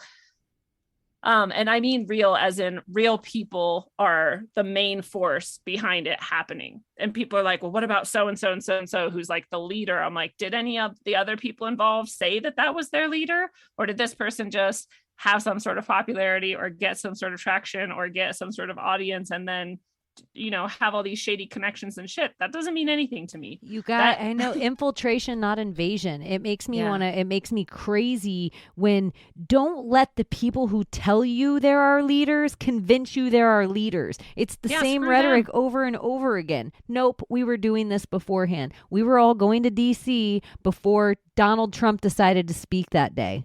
Like, things were happening beforehand, always. Operation Occupy Wall Street, Operation Wall Street, it's all the, but even that was happening anyway. They all can use it to their narrative. Like, they can all, like, California's not lifting its mask mandates right now because California's being nice guys and the pandemic's over. They're lifting their mask mandates because the people are fucking done. They saw all the celebrities at the Super Bowl, and now we're here. Yeah. And it's like they don't ever pick the trends. We decide. And then they have to catch up. They have to play catch up. And it's midterms. They can't steal the election again because here we are. And everyone's like, oh, look, the pandemic's just going to disappear right at the election. Totally wasn't because of the truckers, though. Totally wasn't your idea. It was our idea. Yeah, you're absolutely right. It was the same thing you were saying about, the economy and like these different stores and different types of businesses going down the tubes, and them saying it was this other thing when really it was already happening to begin with. And this is, I think maybe you're the one who gave me this idea in the first place. I think you were, but that, everything is actually that, like nothing is actually their plan. All of it is just them trying to make us believe that it's all their plan and that they have this much power. And I mean, I think that's the point of any good spell, right? You go with the natural flow of something and you're like nudging it the way that you want it to go. It was already moving. You're just going to like flick it and like hope that it goes a little bit different direction. Yeah, because easily if evil, like let's go pure black pill narrative, y'all, it's been 3 weeks. If they wanted to, it could be the same way. Insurrection, if they wanted to, same way. If all the hackers in the world existed that they tried to fear you of for millions, your lights would already be off, fools. Like, stop being scared of these things, but they couldn't direct a narrative. That's where it's almost like we're learning from our mistakes. And instead of steering all toward when we go this time to Ottawa, we're going to bring our Kevlar and our guns. No, we were like, nope, we got to bring bubbles and cake. And our kids. Yeah. Like we had to turn it into a different direction because there was, even on the day of the insurrection, there was times with children where people were like, calm down, there's kids here. Like a lot of people constantly were like, there's women and children here. There's women and children here. Like it was a constant flow through the crowd. And so even when things turned weird, it's almost like, no, don't let the women and children leave. Like that idea is how the wars happen. Keep the women and children here. We need their energy. I love that. Because that's what I'm feeling is like we finally learned like how these psychopaths work, what they're going to turn against us, how they're going to use it against us. And so what we have to bring instead. And, the peaceful protest is a beautiful thing, but especially the peaceful protest with joy. That energy in it, like the dancing and the hot dogs and the like bouncy castles. That is even better than just the peaceful, because the peaceful can still have the like the idea, the feeling of like resistance and fighting, and you're still then sort of channeling in that like, we're peaceful, we're gonna be here like locked arms and like, screw you pigs, what are you gonna do? Like that's still that like battle energy. It was like, no, let that go, like let's play. Yeah. It's like, and we are the news. So it's important that we film. We, and every one of us that's reposting that shit on Facebook, this is why they took our hashtags to begin with. Everyone that's re-putting that stuff and putting it on their Instagram and didn't run away to all these fringe sites that they told them to run away to, that still posted on their YouTube, that still posted on all the Zuckerberg places. That's how they know it's not evil there. That's how they know it's just regular people just trying to get free and save their businesses and save their families and save nothing, even if they're just trying to save themselves because they don't want to abide by anyone's, Simon says. Yeah. I wonder what type of person do you have to be to look at that, see the bouncy castles and the snow fights and the fun and be like, these evil, like racist truckers, like who are those people? I want to meet them. Commerce. Yeah. you're having honks. I don't like hearing honks. It's really hard for me to hear honks. I'm like, oh, wow. It was really hard for people to like commit suicide because their life was hopeless because the government shut down the entire world and took away every human contact they had. That was hard. Hearing honks, I don't really care. I'm not sorry. Oh And my even God. if all their narrative, let's just say we all zipped our lips for the last 700 days, you guys have been wrong every step of the entire way. Everything, every PCR test, every mask, every single bit of it. You've been wrong. I just want to like put my palm across their face. That's why I have such a hard time with the celebrities speaking up now, or that I'm like, shut the fuck up. Thank you for having Dr. Blank Blank on now after you normalize PCR test, dildo. Like, because I still think the PCR tests are the most evil thing. Even while we're all talking about the ingredients of a vaccine that literally don't list ingredients, we're all shoving PCR tests up our nose just to work every day. I'm like, that shit. Because did you see that Johns Hopkins, I want to say this is Johns Hopkins University, just released a study not related to this supposedly, but that you could insert a vaccine into somebody on the tip of a Q-tip in the back of their throat or in their nasal cavity. And it's via this, I forget, TheraGrip, I think is what they call it. It's like a little nano metallic device that grips and like holds into your flesh enough to release the right amount of stuff that it gets taken up by your system. You can't tell me that that was an accident, that they just released this study that proves the concept.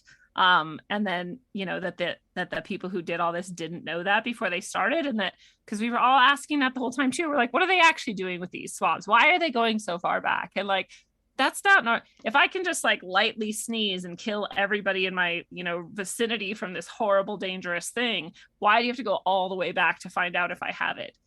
Supposedly. And so here they are admitting that that could be it. And so I'm like, how many people were vaccinated against their will or without their knowledge? or if it's something that has to grip on. If I can put a blue mask over your face and make you breathe it in over and over and over again, does it become that much more potent and potential that it's going to stick? And if I can do this stuff to vaccinate you against your will, can I just put HIV on the end of the tip of that thing? Like, why do I have to even run through the vaccine? Why you guys are all still arguing about how many people are vaccinated? Joe Rogan normalized the PCR test and made every single one of his guests get it for 2 years. And everyone fucking sucks Joe Rogan's dick. And everyone is so worried about Joe Rogan loses a $100 million paycheck. But he literally had every single guest on and then touted off about how easy, you guys, it's not that bad. I do it like 4 times a day. And why though? I've always been like, why? I've never once cared whether I have this imaginary thing or not. Even if it was real, I still wouldn't care if I had it or not, because I'm either going to get sick or I'm not. And if I'm sick, I know how to treat it, and I don't need a test to tell me whether I'm sick or not. I don't understand the point of the test. I feel like I'm insane. Like, I don't feel like anyone did it. When I hear people in our community say the words 19 Omicron or Delta, and I'm like, please tell me how the tests are telling the difference and when they started telling the difference, and is there dated tests, and when they're testing you and swabbing you, are they dropping you into all the thing? Nope, she doesn't have Delta. No, she doesn't have this. No, oh, she has this new strand. Like, why are we placating their narrative? Why are we talking about it? It makes me incensed where I'm like, I can't do this. You're like, I'm taking crazy pills and just start ripping out your hair. Like that's where I'm like, this used to be called cold season. This used to be called the flu. Yeah. And even that, people are like, oh, this is, you know, I had an illness. I don't know now. I guess it was like a month ago. And it was pretty bad. And I had the same, I had another illness right before this all started. It was also very bad. And it sounds like what they're describing. And people are like, did you have Omicron? I'm like, I don't know. And they're like, oh, I mean, do you think you did? I'm like, I don't know. I don't know all I know is I got sick somehow from something, and that it was pretty brutal, but that it, like, at no point was I even vaguely worried that I would die. Like, not, you know, like, I was just sick. Like, the people get sick, and I just don't, like, well, why didn't you just go test and find out? I'm like, because I don't care. Why would I don't understand. What would be the point. difference of me going to get a test and that, let's say by some miracle of mad science, they really do have a test that can tell the difference of one of these three strands of some virus that came out and whatever this thing is. Let's say, what's the difference? I find out, and then they're like, oh my God, well, then we need you to quarantine for 14 days. And then they're like, come on. Like, then why are we wearing the mask? If we're doing all, like, it's just, that's the part where I'm just like, you guys, I want to bang my head into a wall. Like, I just want to, like a zombie, just boonk out. Where they would be like, did she just hit her head into the wall? Yeah. It's like Harley Quinn in her cage, just run up to it and pass out. Well, and then, you know, I'm like, so they would maybe have my DNA. Then they would also maybe have my like track and trace or whatever. Then they maybe would like pull some shit where they were like, oh, all of a sudden anyone who's ever tested like has to not do blank or do whatever. And like everyone else would be like, yeah, you have to do that now. And you tested one. So you have to, whatever it is, because everyone's insane and everyone just goes along with whatever they say. So all of society would be like screaming at me to do some random shit that doesn't even make sense. So none of that sounds good to me. And then some people are like, well, you don't know how to treat it if you don't know what it is. And I'm like, okay, let's look at this. What are the things they're saying are actually effective in treating this? Vitamin D, vitamin C, zinc, things that are zinc ionophores like quercetin and ivermectin. So far, this is all stuff you could just take and be well. Like, you don't need a certain variant or a certain type of flu or cold. You could have any flu or cold and take all those things and it would help. You could have no flu or cold and take all of those things and you would just feel amazing. Like, those are just good things for your body.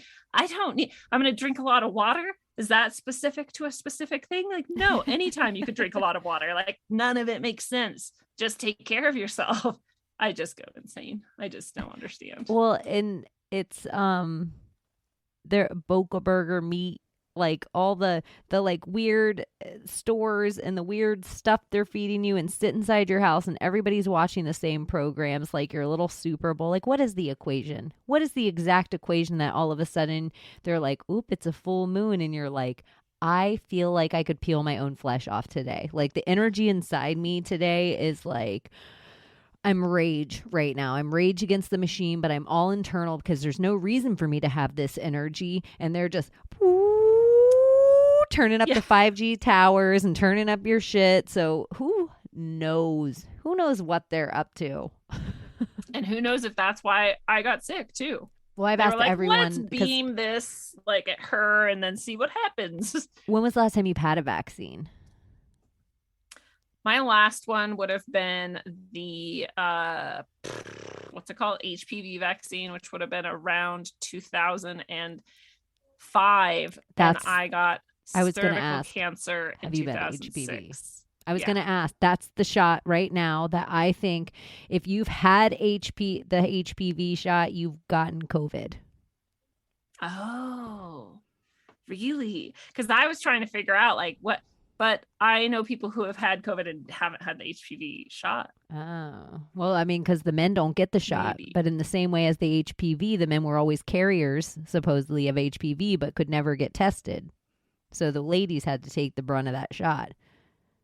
And cervical cancer, like it's just another infertile.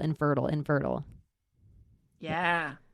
Like I didn't put it together. I mean, I kind of did. I got the series of 3 shots, and then I shortly after got cervical cancer, and I did kind of go like, I just got these shots. Like, shouldn't that have protected me from? Isn't that the point of getting these shots? Like, wasn't that the? And then their answer was like, well, you must have already had it. Shots can't stop you from like already having it. And I was like, I guess. I'm like, that is kind of weird though, that it suddenly like became. And they were like, it's one of the most aggressive things we've ever seen. And I was like, cool, I'm gonna like die, I guess. This is scary, you know, like I went once and then I went like 3 months later and they were like, whoa, you know, like I'm like, when doctors are scared, that's not a good sign. And so I went and I was like half conspiracy theorist at least, if not more by then, but I still didn't have any vaccine knowledge at all. But so I went and I was like, all right, what are all the things people do to cure cancer without, you know, going to the hospital or whatever? And so I was buying all these supplements from like Canada and Mexico and like all these things. And I quit smoking and started eating better. And whatever. And I went back and they're like, oh, it like almost stopped growing, but we still need to like cut it apart, cut you up and all this stuff. They did all these things and that worked. It helped. I didn't have it anymore. But I was like, I don't think if I wouldn't have done those things, like taking, and I don't remember what any of them were, but like various B vitamins and stuff. And the drill, all that stuff. Alkaline. Yeah. And if I didn't do that, maybe I really would have gotten like full blood. But you were so young. That's so nuts. Yeah. Yeah. And it was really, and so it was, yeah. And it was not that long after that I was telling someone and they're like, oh yeah, well you got cancer from the shot. And I was like, no. And then I was like, yeah, like my gut and my heart were just like, yeah, you already knew that. You just like wouldn't let yourself really know it. Cause you're like, why are they doing that to people? And then I started making the connection too. And I had asked years before, because my mom's a nurse and she was telling me about HPV and how this cervical cancer is caused by this virus. And I was like, well, then are all cancers caused by viruses, by this virus or others? And she was like, no.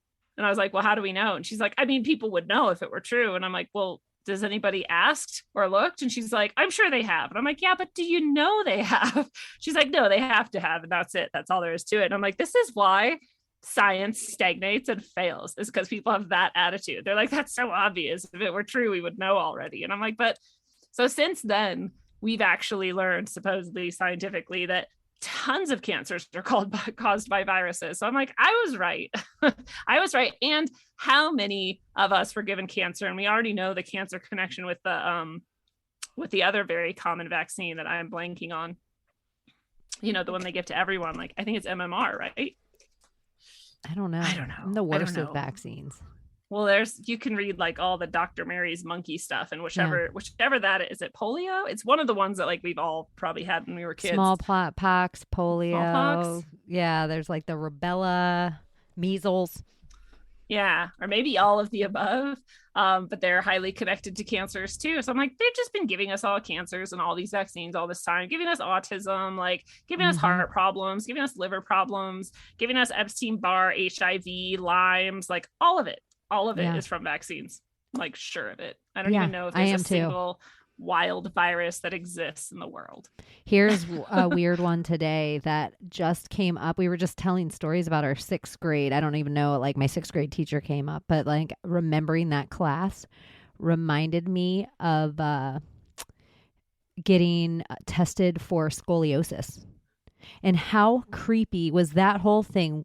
It was the first time, 6th grade, we all had to go in, take our shirts off, and our teacher dragged a pencil or pen down our spine.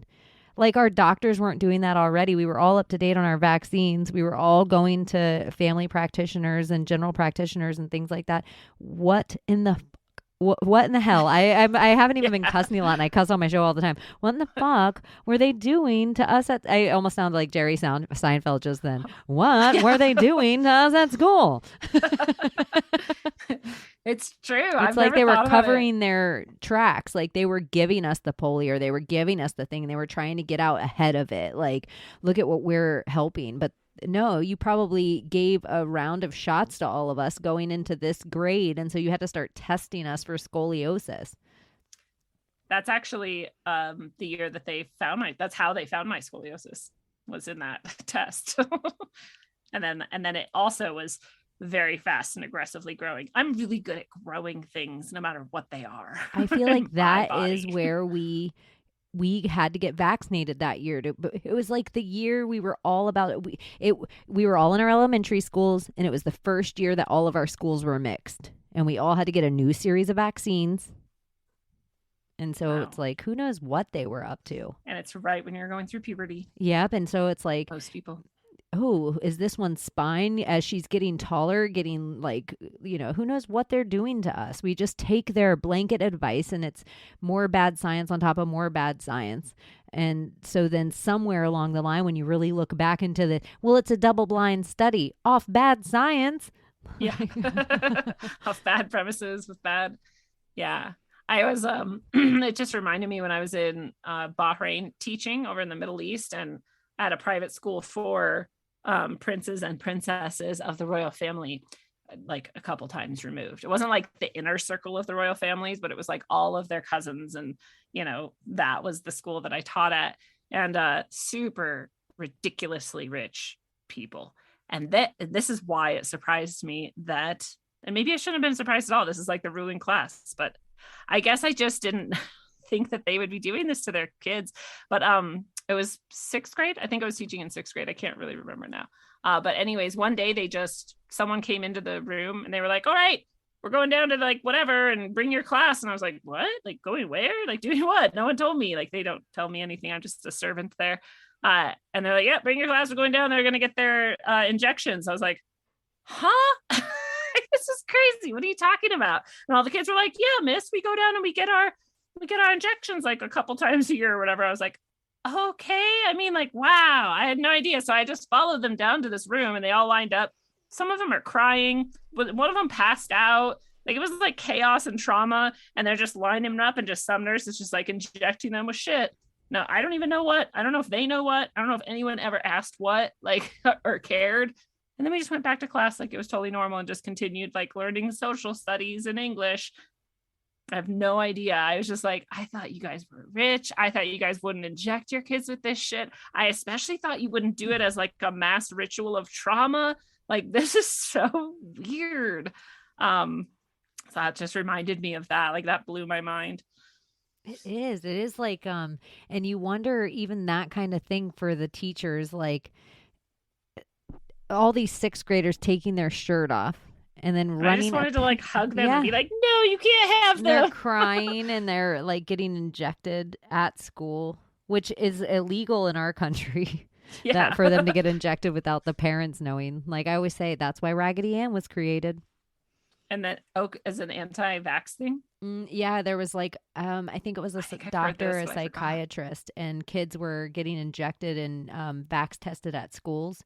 So depending on where they were getting injected, because some things went in the ass and some things went in the arm and some things the parents would know what was being tested on them at school. So they would show them a Raggedy Ann and ask them where they were being injected. Oh, that's crazy. This is like... This is so disgusting. Yeah. And I just wonder, I was just talking with someone tonight about this too, because someone recently, and I'm so bad at remembering who, someone recently was telling me that the IQ of our children in this last 2 years has dropped by 20 points. Holy shit. 20 points is huge. So if anyone listening isn't sure, 80 is the general level of IQ to, it's the cutoff for being retarded. Mm-hmm. You're mentally you're deficient. Dull at 80. Yeah. That's like the word they give medically for an 80 IQ. And then at 100, you're average. That's most people most of the time are about 100. And then 120 is high, and you can go way higher, you can go way lower. But those are kind of the average numbers on the bell curve. So if you lose 20 points, it is a difference from, high to average or average to dull or worse. So if we shifted down 20 points, just imagine like all of society average is now what we called dull or, yeah, every word we're not allowed to say are all the words lower than it. So after dull, it becomes like moronic, and after moronic, it becomes like retarded, and after retarded, like we're not allowed to say these words in society anymore, probably because whatever our overlords had all intentions of making us these words. It's so disgusting and horrible, and I'm laughing at their evil genius and how ridiculous it is, not because there's anything good or funny about it. It's actually terrifying to think that autism is increasing, cancers are increasing, heart failure is increasing, probably AIDS. This is what they're signaling now, right? We all have HIV or something. That's increasing, and then our IQ is also falling significantly at the same time that people are falling into this mass psychosis and just pure trust of media, authority, and government. That is not a good recipe. Like that is the exact recipe to fall further into an even worse dark age, or just exterminate ourselves as a species entirely, or become, the soulless, mindless fools that are jacked into the metaverse forever. Can you imagine? Well, that would be easier. It'd be easier to convince everyone that they want to go into the Matrix and get downloaded if you were about to kill a massive amount of people.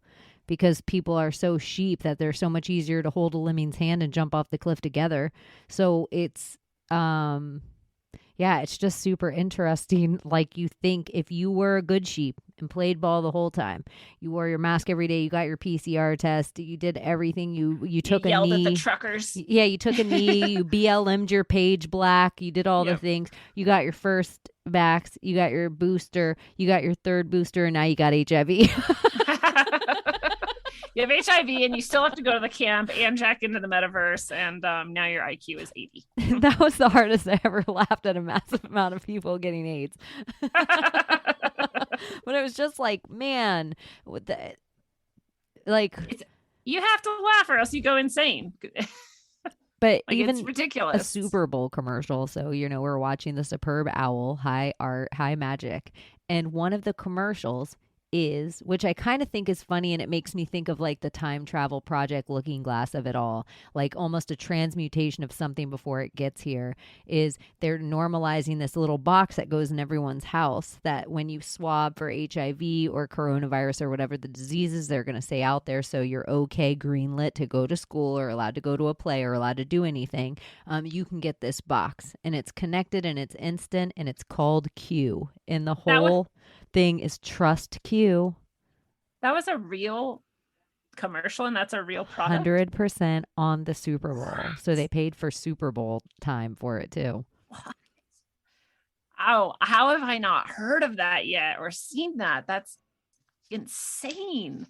And if you were like thinking of a transmutation of magic, if I say to you, trust the Q, you're like, bitch, I don't want to talk about Donald Trump right now. I'm so over that. Like, if I even say trust the Q, you're like, girl, are we really going to talk about Pizzagate right now? Like, what are you up to?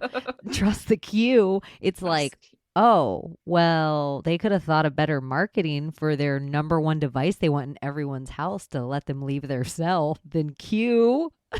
Yeah. But isn't Q, what number of the alphabet is Q? 17. Okay. I always think it's 19 and then it never is.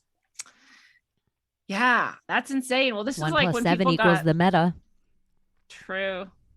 Meta's a weird meta too, though. And it was weird. God, I wish I could remember things better. There was some shape I saw that was the meta shape, and it helped me understand better why they chose that like lopsided infinity, but I can't access it right now, but it exists. Oh, the reversed vortex math. Have you seen the vortex math movement visual that people have made? It's that upside down. And vortex is like the key to everything ever, period. It's like the entrance point to the unified field, which we are already. It's already inside of us. When you know it, you can really like visualize yourself in connection with it. Like, it's way more present and powerful. Like, all of our free energy devices use vortex math. Like, anti-gravitics use vortex math. All the things that would free us and all of humanity rely on like the vortex. All the things in nature that are especially beautiful are the vortex. The black hole is like the vortex, right? The redwood tree, Foster Gamble was just telling me this yesterday. The redwood tree, there are capillaries or whatever that pushes their water all the way up to the top. It's how many, like hundreds of feet tall. Like, the gravity would never allow that to happen, and they don't have the mechanics in them to do it. So everyone's like, how do they get this water to the top of them from all the way down in the ground, right? Well, it's vortex, little tiny vortex. They like one little vortex will grab the water and just transport it up, and the next little one will do it and transport it up. And they have structured water along the side, which also relies on the vortex. And there's just all this vortex stuff. And then Meta just inverts it, and there's their little thing. And that's the opposite of the vortex, is this permanent entrapment of your soul and mind in this unreal space that is seemingly infinite, but actually nowhere and nothing. Mm-hmm. Right? It's the perfect inversion, actually. So it's really no accident, I'm sure, that they inverted this vortex math symbol. I know there was something completely different I was going to also say, but I got off on the vortex stuff. No, I think it's like they're taking it and then they're doing the like guilt, the shame, the like, things that everyone lives in, the traumas everybody tries to overcome. And they're making everybody convince themselves by comparing themselves to other people that are doing the same thing, the bad, like the not authentic, like almost the vortex, like they've inverted it into the like That's where The it's like the loose sucking. Ouroboros. Yeah, where it's just like, oh, cool. And if they can kind of keep cutting the Ouroboros snake and keep reattaching it and keep cutting it and reattaching it and keep cutting it, and it gets so small, like it seems like it'd be easier to feed off our energy if they can get us all convinced that, like, if they can, the two poles just keep getting pushed closer and closer and closer together, and no one's thinking outside the box. But if you really just think of, Obama and Bush, or whatever the two sides of the mirror are, they're so close together now. It's easy to feast upon. They're so close together. And then it's easy also to make anything that's even slightly outside seem fringe and ridiculous and insane, like, liking freedom. They're like, freedom is a fringe, radical word that's really used in inappropriate ways, especially by terrorist organizations. I'm like, freedom? The word freedom is what you're attacking now? Wow. And that's not stopping people in their tracks going, hold up, like, what am I listening to? Like, who are these people? Like, the freedom. My whole entire life, literary person, author, reading, writing all the time. Never have I had any other favorite word but freedom. And I think this is part of why. One, because it's like the one principle we actually need to hold on to. It's the only one that actually matters.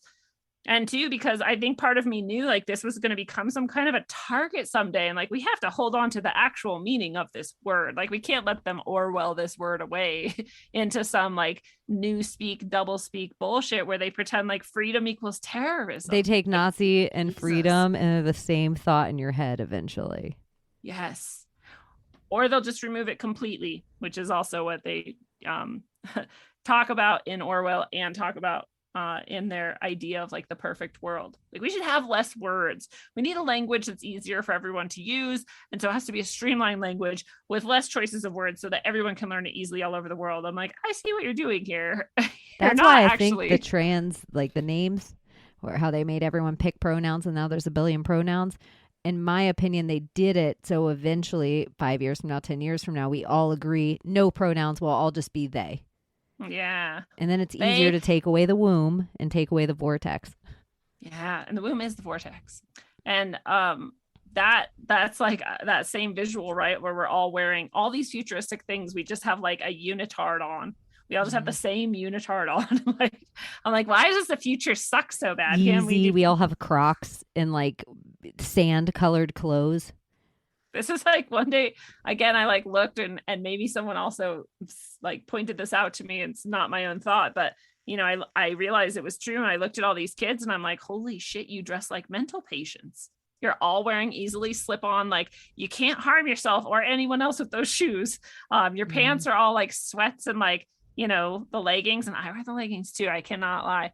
They're really comfortable, but everything you're wearing is just like this. It's prison gear. It's like mental hospital gear. But willingly.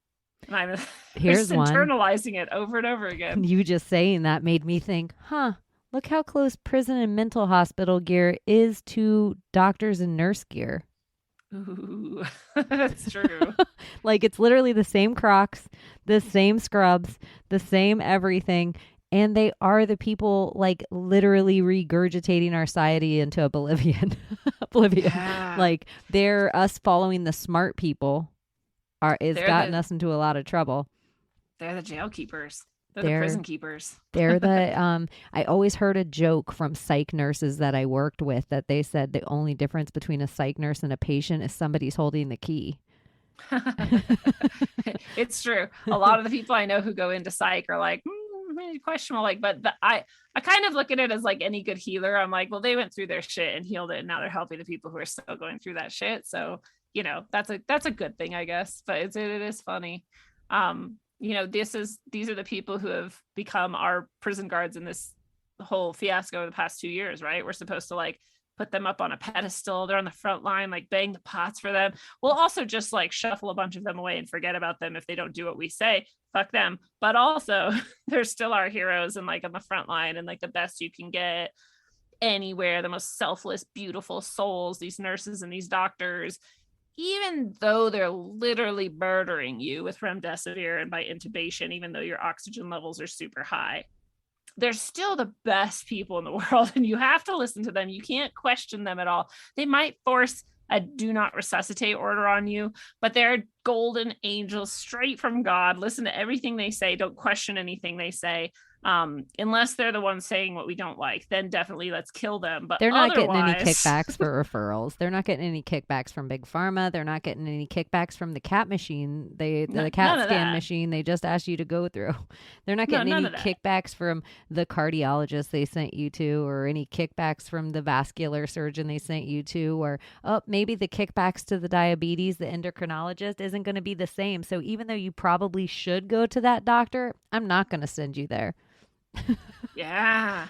And these are the people we're supposed to trust unquestioningly. And they're the jailers. And I just like, I don't know. I just feel like we're heading towards this future more and more. We're just going to permanently live in facilities where, it's for our health and it's for our own good. And we have to do this for the health, the public good. And it's for everyone else too, not just you. And we're just institutionalized. We're just slowly jailing ourselves. And those are our keepers. They might have not even mean to trigger me with some of the stuff they try. Like new normal was one where like for some reason it's sitting in my head was like, fuck normal. I want to get weirder. It was like the more they said it. The other one, herd immunity. I was like, I'm never gonna, whatever direction the herd goes, I'm gonna keep going the other direction no matter how small my group gets. Like I just wanted to keep veering off. I'm not a school of fish. Yes.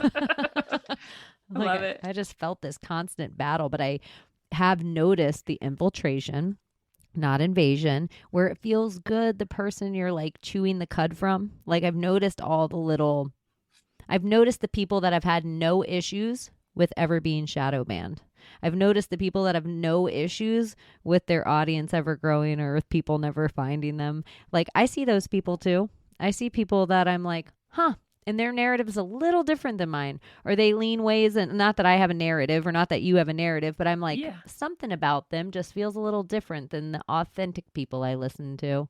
And so now I just sit back with a little more discernment because we think it looks like me and you, the microphone looks like you and I, we're on platforms like you and I, this must be a person like you and me. But no, infiltration too, it happens at all these levels. Yes. Every level, every organization. This is why I don't remember who said, I think it was Crow actually, it was like, don't be a joiner, don't join things, like, which is kind of ironic, but anyway, don't be a joiner and don't just follow, right? And make your own choices, decisions, evaluate your own things, like don't have this group mentality. And that's the best advice you could have. And I genuinely think like some people don't mean to create it and it just happens in their community. Like that is just it's a battle to not have a cult start behind you. Like this sounds egoic. I don't care. But I know you can understand when I say it. It is just as hard when you're going through your spiritual awakening to not have a cult develop behind you as it is to not join one. Yeah. Yeah. And there's some good you can get from any like group or experience or movement for like a minute or two, right? You're like, cool, like I'm going to learn about this and I'm going to see what these people are doing. I'm going to see what I can get out of this. And then you realize like how it doesn't serve you and isn't perfect or whatever. And then you move on, and that's cool too. Like you can just take and move and flow. And I think that's the best way to do it. But it is hard to both not create that and then also never, ever, ever fall into it. We like hanging out with each other. We like groups. We like the comfort of knowing that like we're not alone, and that's good. There's nothing wrong with that, but you have to like consistently be on the lookout for the group mindset and the group mentality, group think. And teachers are good. I understand what you're saying. Like it's good to be teacher student. It's a different thing to be like, you're my high priestess. Yeah. Well, and it's also like, I'm really intentional in everything I teach and everything I do. I'm like, look, you don't need me. My goal is for you to never need me again. Actually, I'm excited when people are like, cool, I'm done with you, and move on. I'm like, rad, like keep going. Good job. Like that's what it should be. Right. Because everybody should be able to empower themselves, grow into themselves, and become the teacher to someone else, right? And then I have teachers above me, and above, I don't really mean that, but you know what I mean? I have people who I learn from in that capacity, and then I have people I teach, and we're all like constantly moving within this matrix, and it's a good thing to do that. If you get stuck with one and you focus on one, like you stop growing, right? Because they're You can't just have only one person who's always going to be everything you need at every step of your path. Like, yeah, right. But if you're a teacher, if you find a teacher whose goal is not to empower you or assist you in empowering yourself enough that you do eventually leave them behind, then that's probably not a very good teacher. You could still get something from them, but you should just know, right? You have to know yourself, I guess, when it's time to go, because they're not going to tell you. I had like the best therapist ever. I was so lucky. And one day I went in, and at the end of the session, she said, okay, well, I mean, I think we're done here. Like this is all, or whatever. And I was like, wait, like forever? And she's like, yeah, I think this is all I think this is what you can get from me. I think you're done. I'm like, wow. Like, it felt like momentous, and like I graduated, and I was also a little hurt, like you're firing me or something. But then I was also proud of myself. But I was like, I have actually never heard of a therapist doing that. And when I tell people that, they're like, my therapist never did that. And I'm like, yeah, because I think my therapist really genuine and honest. And probably most therapists are like, I mean, if you want to keep paying me, you can keep coming. Right? Yeah. If you want to lay there, and I'll keep picking out problems. Yeah. Like if you keep thinking you have them. Yeah. You can tell me all the stories you want, like keep coming. So I really respect that. What a beautiful teacher for me too, to see that. Like that's how it should be. Whatever teacher you have, whatever guide you have, their goal should be for you to be done at some point as well. And she wasn't saying she was perfect or you were perfect. She was just saying what she had to teach you. That's it. Yep. That's exactly it. And she made sure to make that clear too. She's like, I'm not saying like you won't have struggles or won't need more from maybe someone else or something. But do you have students that you tell that like, I think you're good. Like like you can't get any more from me. Yes. It's kind of hard. You have to like, cause they, a lot, and I relate to this a lot. Like everybody wants the validation, right? They want to keep being like, okay, well now I've had this experience, and what do you think? And I think it's this. I'm like, well, you just told me and you were right. So you really didn't need me to even hear this or tell you that, right? But it is hard to move into that trust of yourself where you're like, don't need the teacher to tell you that the thing you already know is true, right? That's difficult for anybody. But you just keep doing it, and you keep pointing out like, see how I didn't actually do anything at all, and you just told me all those things, and I just sat here and watched you tell me all those things. Like you really don't need me anymore. But I'm here. Teach all sorts of things. So like, let's say you were my teacher in like, like I was working with my energy and working through some other things. And then you were like, okay, you're done here. And then like however much time. And I was like, hey, I'm thinking of getting into tarot. Could you also be my teacher in that? Yes. Yeah. Yeah. So I always also try to make it clear, like, I'm always going to be here for you. You could always talk to me or reach out or ask or whatever. And you don't need to. Do you get like if somebody has a gift in blank, or you're like, you should be messing with, an oracle, or you should be drawing in the sand, or do you get those kind of messages for people? I do. And then almost all the time they're like, that's not me. Which is really common. And I've heard that from other people who are like deep in their gifts now. Like, I don't know if you know Catherine O'Shea, but she's been on the show a lot, and she's an animal communication specialist. She's very psychic, basically, if you want to think of it that way. I don't think she calls it that. But she knows what she couldn't possibly know otherwise. And she can translate through these, messages straight from your animal, dead or alive, totally accurate and beautiful and just profound. And she can do much more than that as well. And she talks about when people were telling her like, you need to talk to animals. You can talk to animals, like go talk to the animals. And she was like, this is so dumb. Like, that's not what I do. That's not what I want to do. It's not what I'm about. Like, she like did not like it. And she tried to reject it. And she finally had to just do it, and now it's obviously like a really beautiful part of her life that she accepts fully, but there was like a rejection for a while. And I think it's slightly different for everyone. For me, it was more like, oh, I couldn't possibly be that person. I couldn't possibly be like that powerful, or whatever. I couldn't possibly be like that special, or that's what it was for me, more than I don't believe I can do that. I was just like, it's not for me to like tell people that I can and pretend like it's like a thing and then like have them trust me with it. Like that. It was more like that. Like, I don't deserve this, or I'm not good enough for it. So that was my version of rejecting like my gifts or whatnot. But I think everyone probably has some kind of a rejection at first before they have like the, okay, yeah, actually that is it. I had a woman the other day who was like, like I was thinking of doing this thing, and she really didn't say much. She said, like, I'm thinking of going to the woods basically, and starting to live there or something.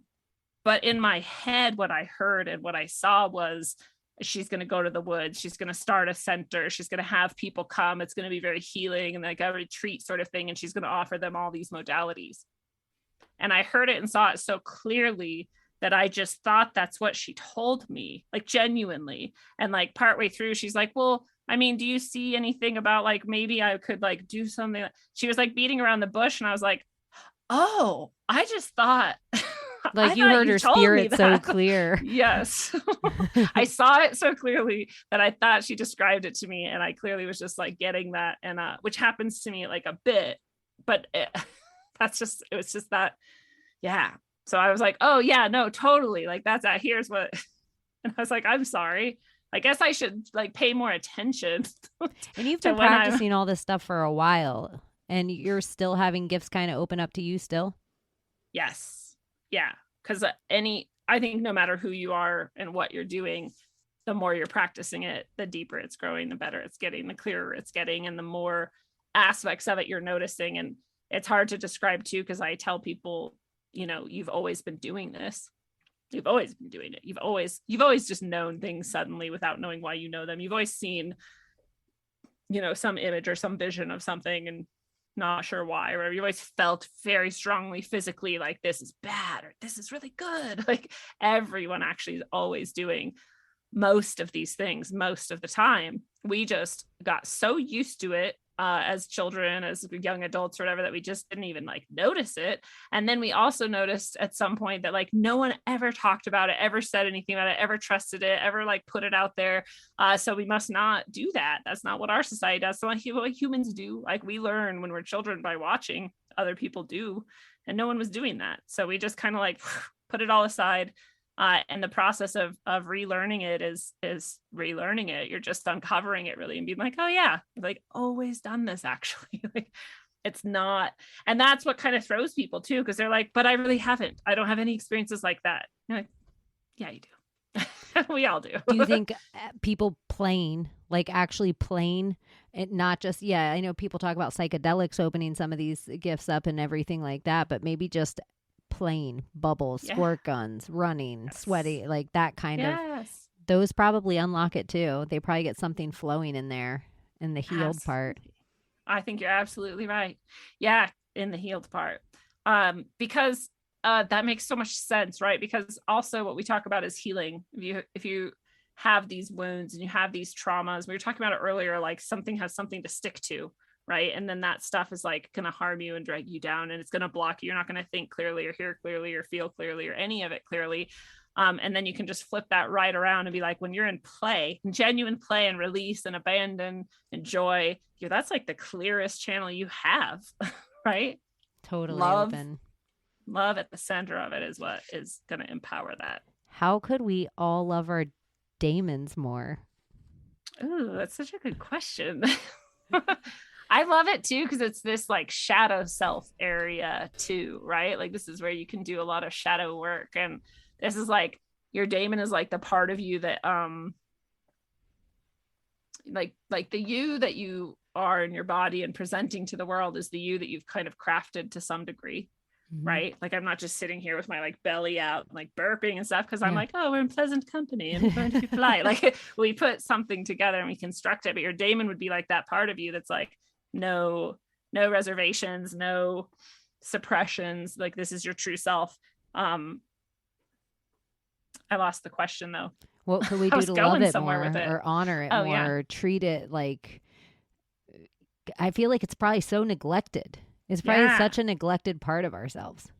I think you could go, that's what I was getting to. So this is the part of yourself you could go sit with and really like, you could literally go sit in meditation and be like, hey, daemon, like, come on, show me, like, let's talk. Show me some things that I forgot about myself, right? Or show me some things that I've like pushed and suppressed about myself. And there's probably going to be some trauma and some pain in there, but there's also going to be some shit where you're like, oh my God, yeah. Like I used to love drawing like pictures in the dirt with a stick or something, whatever. I used to love climbing trees. Like I'm going to go climb a tree, or I'm going to go do this thing. Or I used to like build things out of clay, and I like really loved that. I'm going to do that shit again, or whatever it is. And sometimes it's something like really silly, but I always tell people too, like that stuff that you love the most, that you've like hidden away and like suppressed or whatever, when you pull it back out, that stuff can empower like the most profound healing within you too. Like we were just talking about, like it can release through your joy and your innocence and your purity in that connection with it. It can release some like profound darkness that was hidden in there too. It just gets to come out finally. So I think your daemon holds all that for you too, right? Like your trauma, your hurt, your pain, like that's also the shit you pushed out, pushed away, and forgot about. So to sit with that even more deeply too, but they're connected. I think those things that you forgot brought you joy are intimately connected to the way you can release your trauma. I pictured myself staring at a tiger, brushing its face and putting barrettes in it. I love that. Is that such a Play visual? Dress up. Yeah. Play dress up with your daemon. You're not mad. Can I paint your nails, tiger? I love that though. And then you guys can just hang out and play together in that space, right? That imaginative space. What's your daemon's name? Oh, I don't know. Is it one of those things where if you like say it out loud, I then don't someone else know. has power over you? I don't know. I don't know if I might have a different name. It'd probably just be my name deeper, but like from the depths in our deepest voice. I'm still doing it from my throat. I'll say Lenny, because when I was a kid, everything was Lenny. I had a song about Lenny and we called everything Lenny. Lenny's a good one. Lenny's song is about Lenny being a bird, a plane, a flowered freak that my sister made, and everything. Lenny is everything. Lenny is everything. And the last line of the song was, "It's magic because of Lenny. Lenny said so, and what Lenny says goes." Oh, that's perfect. That's the song. This is when we used to like make radio shows and like sing on tapes and cassettes and like hit record and then stop and then rewind and re-record it to do it over again. And I picture your huge feathered eagle serpent like singing that song. Yeah. Because of what Lenny says goes, because Lenny said so. Wait, say it again. It's magic because of Lenny. Lenny said so, and what Lenny says goes. I like it. Tell everyone if they want any spiritual teaching or any help with all the things you do. Tell everyone what you do and where they can find you, and where they can find you if they just want to listen to you chat. Yes. Thank you. You can go to rogueways.org for anything I provide service-wise, spiritual healing. I do a lot of different types of spiritual healing that you might like. Some of them are quite affordable and simple, and even those can be really powerful. So I'll just say, the other day I do like a 15-minute sound session because it's only $40 and a lot more people can afford that. And sometimes I was like, why was I guided to do that? Because it's so short and like you really can't get that much out of it and like whatever. And I was like, oh, well, I was kind of told to do it, so I'm doing it. This woman came in, was doing it, and it was like massive. It was like the same amount of emotional release, healing, and like past life things that came up just in this 15 minutes as it was for a full 60-minute for some people. Like her soul was just like ready and needed it. It was just like, all right, like, please let it out. I was like, anyway, so it's even kismet some of those, if it's kismet. That's what, and I'm like, now that I've said that, I'm like, wow, people are going to go get that and expect that I can tell them about their past lives. It's not always like that, but it is always healing. And I've learned that after doing those enough. So now I'm very happy that I offer them. But so there's some things that are small and easy and stuff. And then there's bigger things if people have bigger sort of darker issues they feel like they're dealing with, and some of the more longer and intense healing sessions would be more appropriate for that. And I do those too. And then I also sell orgone creations. My favorite, I don't have any right near me, but my favorite that I've been doing lately are these little votive candle holders in the shape of a lotus. So they're orgone lotus votives, and they're so powerful and beautiful and amazing. So if you're into orgone and you want one of those, they're out there too. That's all on rogueways.org. And then the show Rogueways and Middle Path are on Rockfin, they're on YouTube, they're on every podcast app that you use to listen to podcasts. And I think that's it. I think that's good. It's so rad too, because you talk about all the stuff it's like you're very spiritual and you're very connected, but you talk about everything going on in the zeitgeist. You're never scared of steering away from it, and it doesn't feel like you're ever a person that has to like contour your words in such a way so everything always seems love and light. Like you're like, no, sometimes it's fucking bullshit. And I kind of love that about I always one of my friends who does tarot, and one time she was laying out my tarot cards and she was looking at them and she looked at me and she said, "You ain't shit." I was like, this is the kind of spiritual shit I need. That is so good. Yeah. Well, I got sick of spiritual, quote unquote, people being so fake and empty and not being able to talk about darkness or the real things, or like pretending to be offended because someone swore. I'm like, dude, you realize you live on earth, right? Like there's like mud and shit out there. People are dying. There's blood. Like, what are you talking about? You can't just ignore like most of life. Half of life is like death, chaos, and pain, you know, like that's just how it is. And so many people are like, I don't want to talk about it, or I don't want to get into that. And you're like, I don't care. Let's talk about it. Good vibes only. Good vibes only. Yeah. I'm like, okay. I mean, that's called denial, but have fun over there. Like, I'm all about like acknowledging reality and like dealing with it actually. So I like it. It's a good balance. That's, thank you. I appreciate hearing that. And you are one of my favorite people ever to talk to, literally, because you have such a profound just like channel to you just like will like plop through like these like divine like morsels and goodies of like well crafted, but I can tell you like you didn't craft them. They just came right out of your beautiful heart and you just say them so clearly, and it's so fun, and I love you. Oh, I love it. And it's like I get a channel, but where I'm starting to think the idea of Trinity to me is like I get a channel to something, but if you allow yourself to attach to the channel and then we talk about it, now that's the church. That's the moment we come to something totally new that breaks the mold of humans, and it's like something else happens. And it's not because of our politics or our religions or our color of our skin or where we grew up. It's not any of these things. It's just that's something with the Trinity, like where there's truth in it. Yeah, that's true statement that we are more powerful in connection. And Jesus said, wherever two or more gather, there am I, right? And Jesus really is just the metaphor for the channel, the Christ consciousness, right? I love it. It's God in flesh. It's the channel in you, the vortex in you. Yeah. Thanks for hanging out with me today, Lindsey. Thanks so much for having me. It's so much fun. We should do it more often. Totally. It was like so easy. Yeah. I always look down and I'm like, oh shit, I should I should end this. Wow. Yeah. All right. Well, thank you everyone for listening again, and I will talk to you soon. Bye bye. So she has been Chaney, and now she's off to smoke a blunt. See you next Tuesday, you fucking cunts.